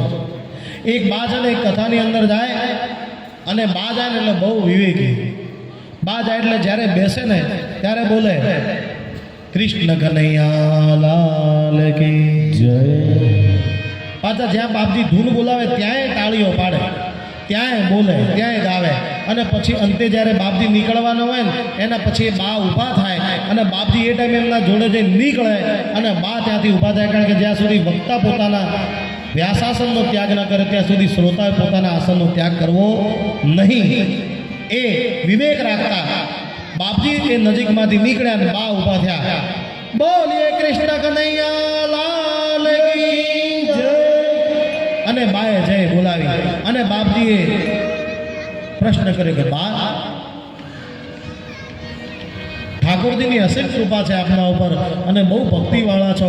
હું તમને જોઉં છું, તમે આવો છો ત્યારે પણ જય બોલાવો છો, તમે ધૂન પણ ગાઓ છો અને અંતે જ્યારે હું મારા વ્યાસાસનનો ત્યાગ કરું એના પછી તમે પણ અહીંયા જય બોલાવો છો. એનું કારણ શું? આ બધા તો નથી બોલતા, તમે કેમ? તમને ભક્તિમાં વિશેષ રસ છે? તો કે ના બાપુ, એવું નથી. ભક્તિ તો છે, ના નથી, ભક્તિ કરવા માટે જ આવી છું, પણ એનું કારણ આ નથી. એનું એકમાત્ર કારણ છે કે કાલ વ્યાલ મુખગ્રાસ, આ કાળ નામના અજગરે મને ભરકી છે, પગથી મને ભરકી છે, મારા પગની અંદર વા આવેલો છે. હું ઊભી થઈ શકતી નથી, બેસી શકતી નથી, પણ જ્યાં હું ઠાકોરજીને યાદ કરું, હે મારા ઠાકોર, અને જ્યાં ઠાકોરને યાદ કરું ત્યાં મને બેસવાની શક્તિ મળે. એ મને દર્દ સતાવતો નથી. અને જ્યાં ઊભું થવું હોય ત્યાં હું યાદ કરું, હે મારા ઠાકોર, ત્યાં મને દર્દ સતાવતો નથી. અને હું ફટ થઈને ઊભી થઈ દઉં, જાણે મને કોઈ હાથ પકડીને ઊભી કરી હોય, જાણે કોઈએ મને હાથ પકડીને ઊભી કરી હોય. માટે હું ભગવાનનું નામ લઉં છું. ભગવાનના નામની અંદર એટલો પાવર છે ને કે ભગવાન તો તમે ઊભા ના થાવ ને તો મારો ઠાકોર અહીંયા વ્યાસપીઠથી નીચે આવી અને તમારો હાથ પકડીને તમને ઊભા કરે. પણ એકવાર સેવી તો લો. સદા સેવ્યમ શ્રીમદ ભાગવતીમ કથા યસ્ય શ્રવેણ માત્રેણ હરિશ્ચિત્વમ સમાશ્રયે. અહીંયા આ બાને ઊભા કરે અહીંયા ત્યાં ભાગવત કથા ગવાય છે આનંદ ઘાટ ઉપર. અને જ્યાં ભાગવત કથા ગવાય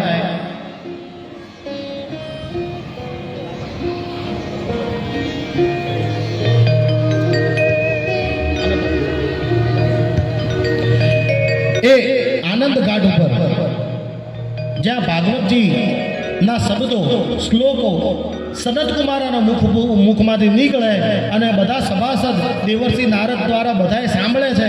પણ એ શબ્દો ગંગાના નદીના અંદર પ્રવિષ્ટ થયા અને જ્યાં ગંગા નદીના અંદર પ્રવિષ્ટ થયા એ ગંગામાંથી માં યમુનાના જળની અંદર આવ્યા અને યમુનાના જળમાંથી ડાયરેક્ટ એ જ્ઞાન અને વૈરાગ્યના કાનની અંદર પડ્યા અને જ્યાં કાનની અંદર પડ્યા ત્યાં એ તન્મય બન્યા અને નાચવા લાગ્યા.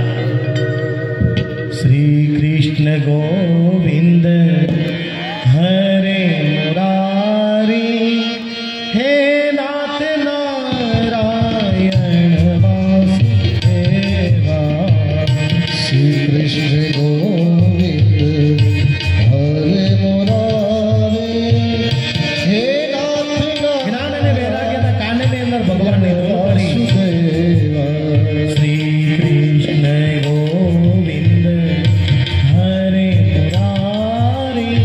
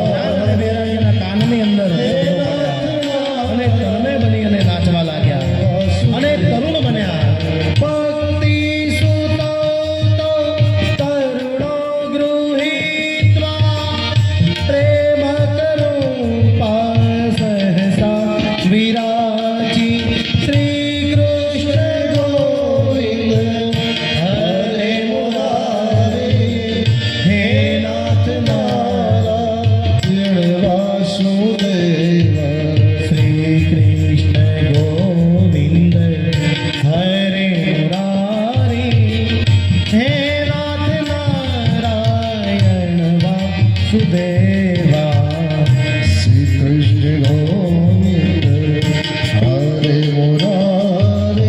આ બાજુ એ ભક્તિ રાણી અને જ્ઞાન અને વૈરાગ્યો સમસ્ત સરિતાઓ એ યમુનાના ઘાટ ઉપરથી નાચતા નાચતા એ ગંગાના ઘાટ ઉપર આવી અને એ કથાની અંદર જઈ અને ઊભી રહી.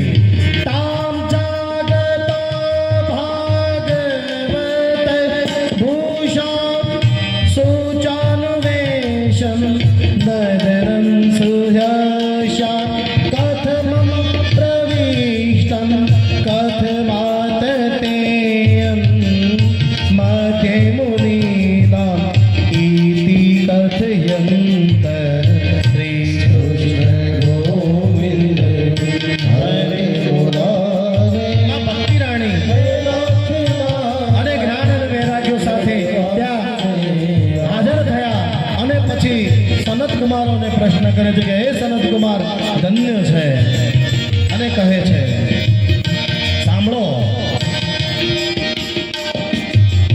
ઊંચું કુમારા વચનં તદામિ કથાર્થિતો નિષ્કથિતાનું જ્ઞેયં એવં ગિરીશા સસુતાં નિશમ્યં સનત્કુમારં નિજકાનગમ્યા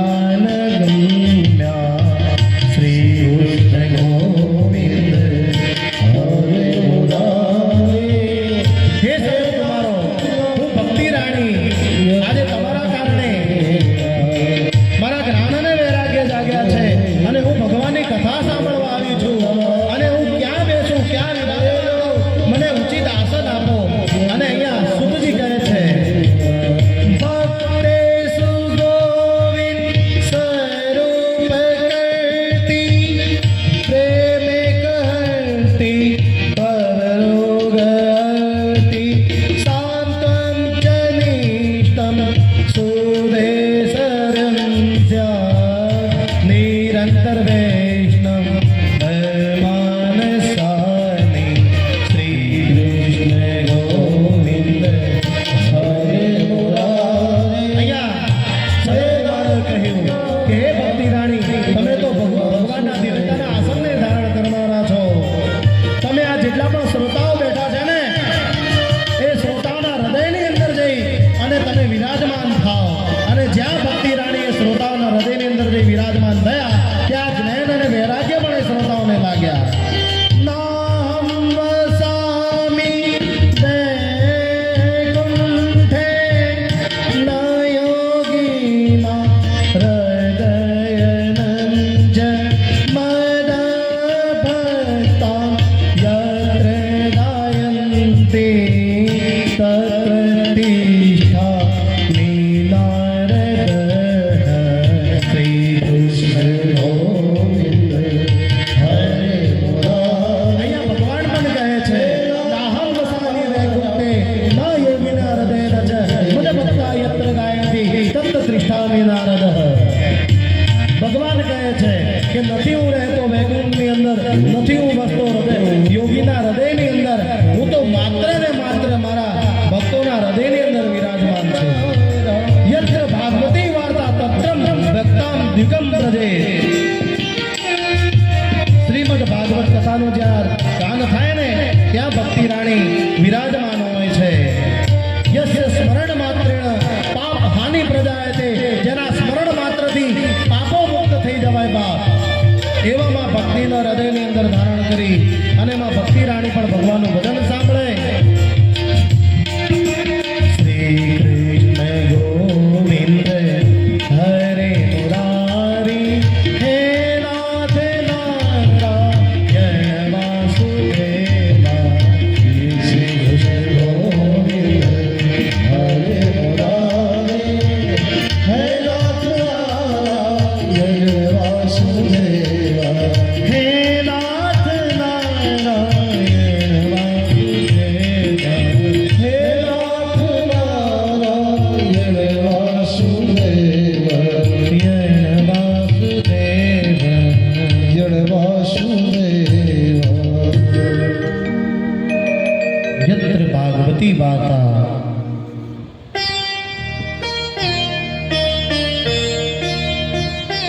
તત્ર ભક્ત્યામ દિવ્યમ રજે. જ્યાં ભગવાનની વાર્તા હોય ને ત્યાં જ મારા નારાયણ વિરાજમાન હોય.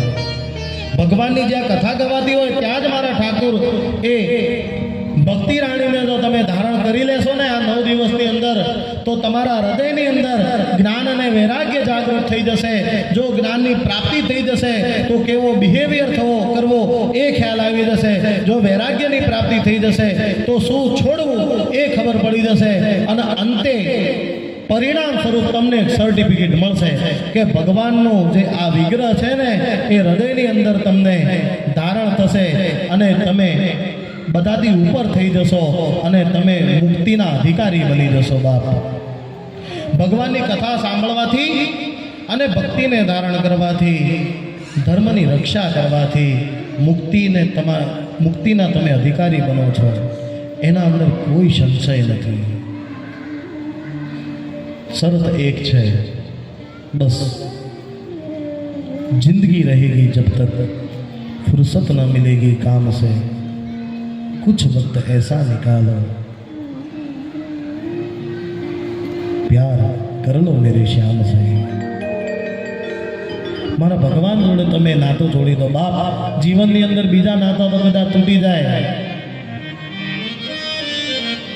એનો તો કદાચ અંતે આવી જાય, પણ જો મારા ઠાકુર જોડે તમે નાતો લઈ લેશો ને, આગળ હું તમને અધિકારે આપીશ કે કેવી રીતે ઠાકુરજી જોડે નાતો બાંધવો. અને હું જ્યારે તમને પ્રેરણા કરું ત્યારે તૈયાર થઈ જજો. 2-3 દિવસમાં તમારે બ્રહ્મ સંબંધ તમને બધાને લેવડાવીશ.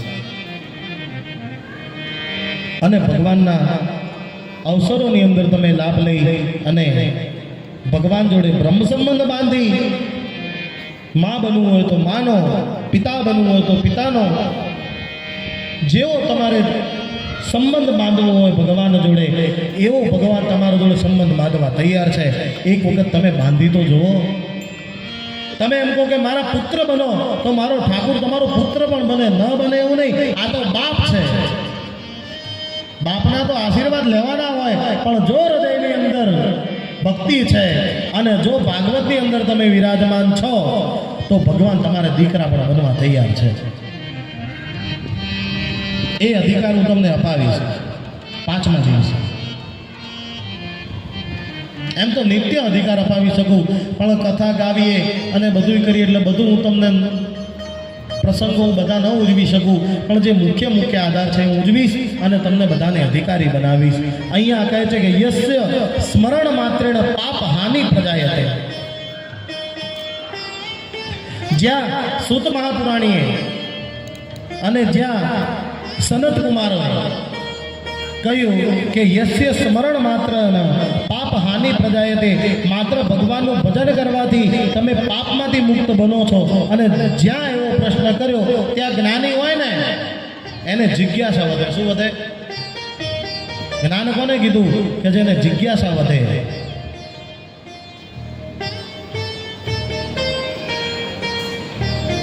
તમે કોઈનું જ્ઞાન લેવા જાઓ ને તો પ્રશ્ન પૂછવો ના નથી, અને જિજ્ઞાસા વધવી જોઈએ. અને જિજ્ઞાસા વસાત અહીંયા 88,000 સૌનકાદિક મુનિએ સૂત મહાપુરાણીને પ્રશ્ન કર્યો તો કે પાપ હાનિ પ્રજાયતે? તો કે હા, ભગવાનનું ભજન સાંભળવાથી તમને પાપમાંથી મુક્તિ મળે. તો કે કેવા પાપોમાંથી મુક્તિ મળે? પંચાગ્રે પાપમ છલમ છદમકાલિન પુરામ પિચાસા એવ નિર્દદાય છે બ્રહ્માસ સવપોષ્ટા વ્યાપિચાર કારિણા સપ્તાહ યજ્ઞે કલો પુનિદિતે. અહીંયા સુત મહાપુરાણી 88,000 સૌનકાદિક મુનિઓને કહે અને હું આપને કહું કે ભગવાન 5 પ્રકારના મહાન પાપમાંથી ભાગવત કથા તમને મુક્ત કરાવે છે. કેવા પાપ? પંચાગ્રે પાપાછલમ છલ છદમકાલીન પુરા પિચાસા ઇવનેર દયાચ્છયે બ્રહ્મા સસોપોષ્ટા વ્યાપિચાર કારિણા સપ્તાહ યજ્ઞેન કલો પુનિતિતે. પહેલું પાપ. ધર્મનું જો તમે દાન લીધું હોય, કોઈનું કુપોષણ કર્યું હોય, કોઈનું શોષણ કર્યું હોય, એ મોટું પાપ છે. બે પ્રકારના પાપ. ધર્મનું પાપ, ધર્મનું દાન. બ્રાહ્મણોના ધનની અંદર નજર રાખવાથી પણ પાપ લાગે. ઓહો, મહારાજનો તો બધા જેટલાય આયા. અલ્યા ભાઈ, આયા તો આયા, તું રાજી થા ને. કેમ ભાઈ તું રાજી નથી?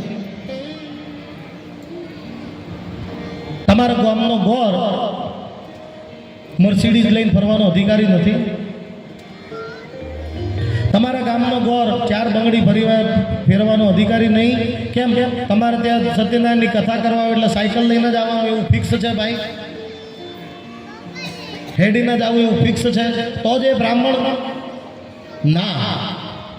બ્રાહ્મણોના ધનની અંદર જો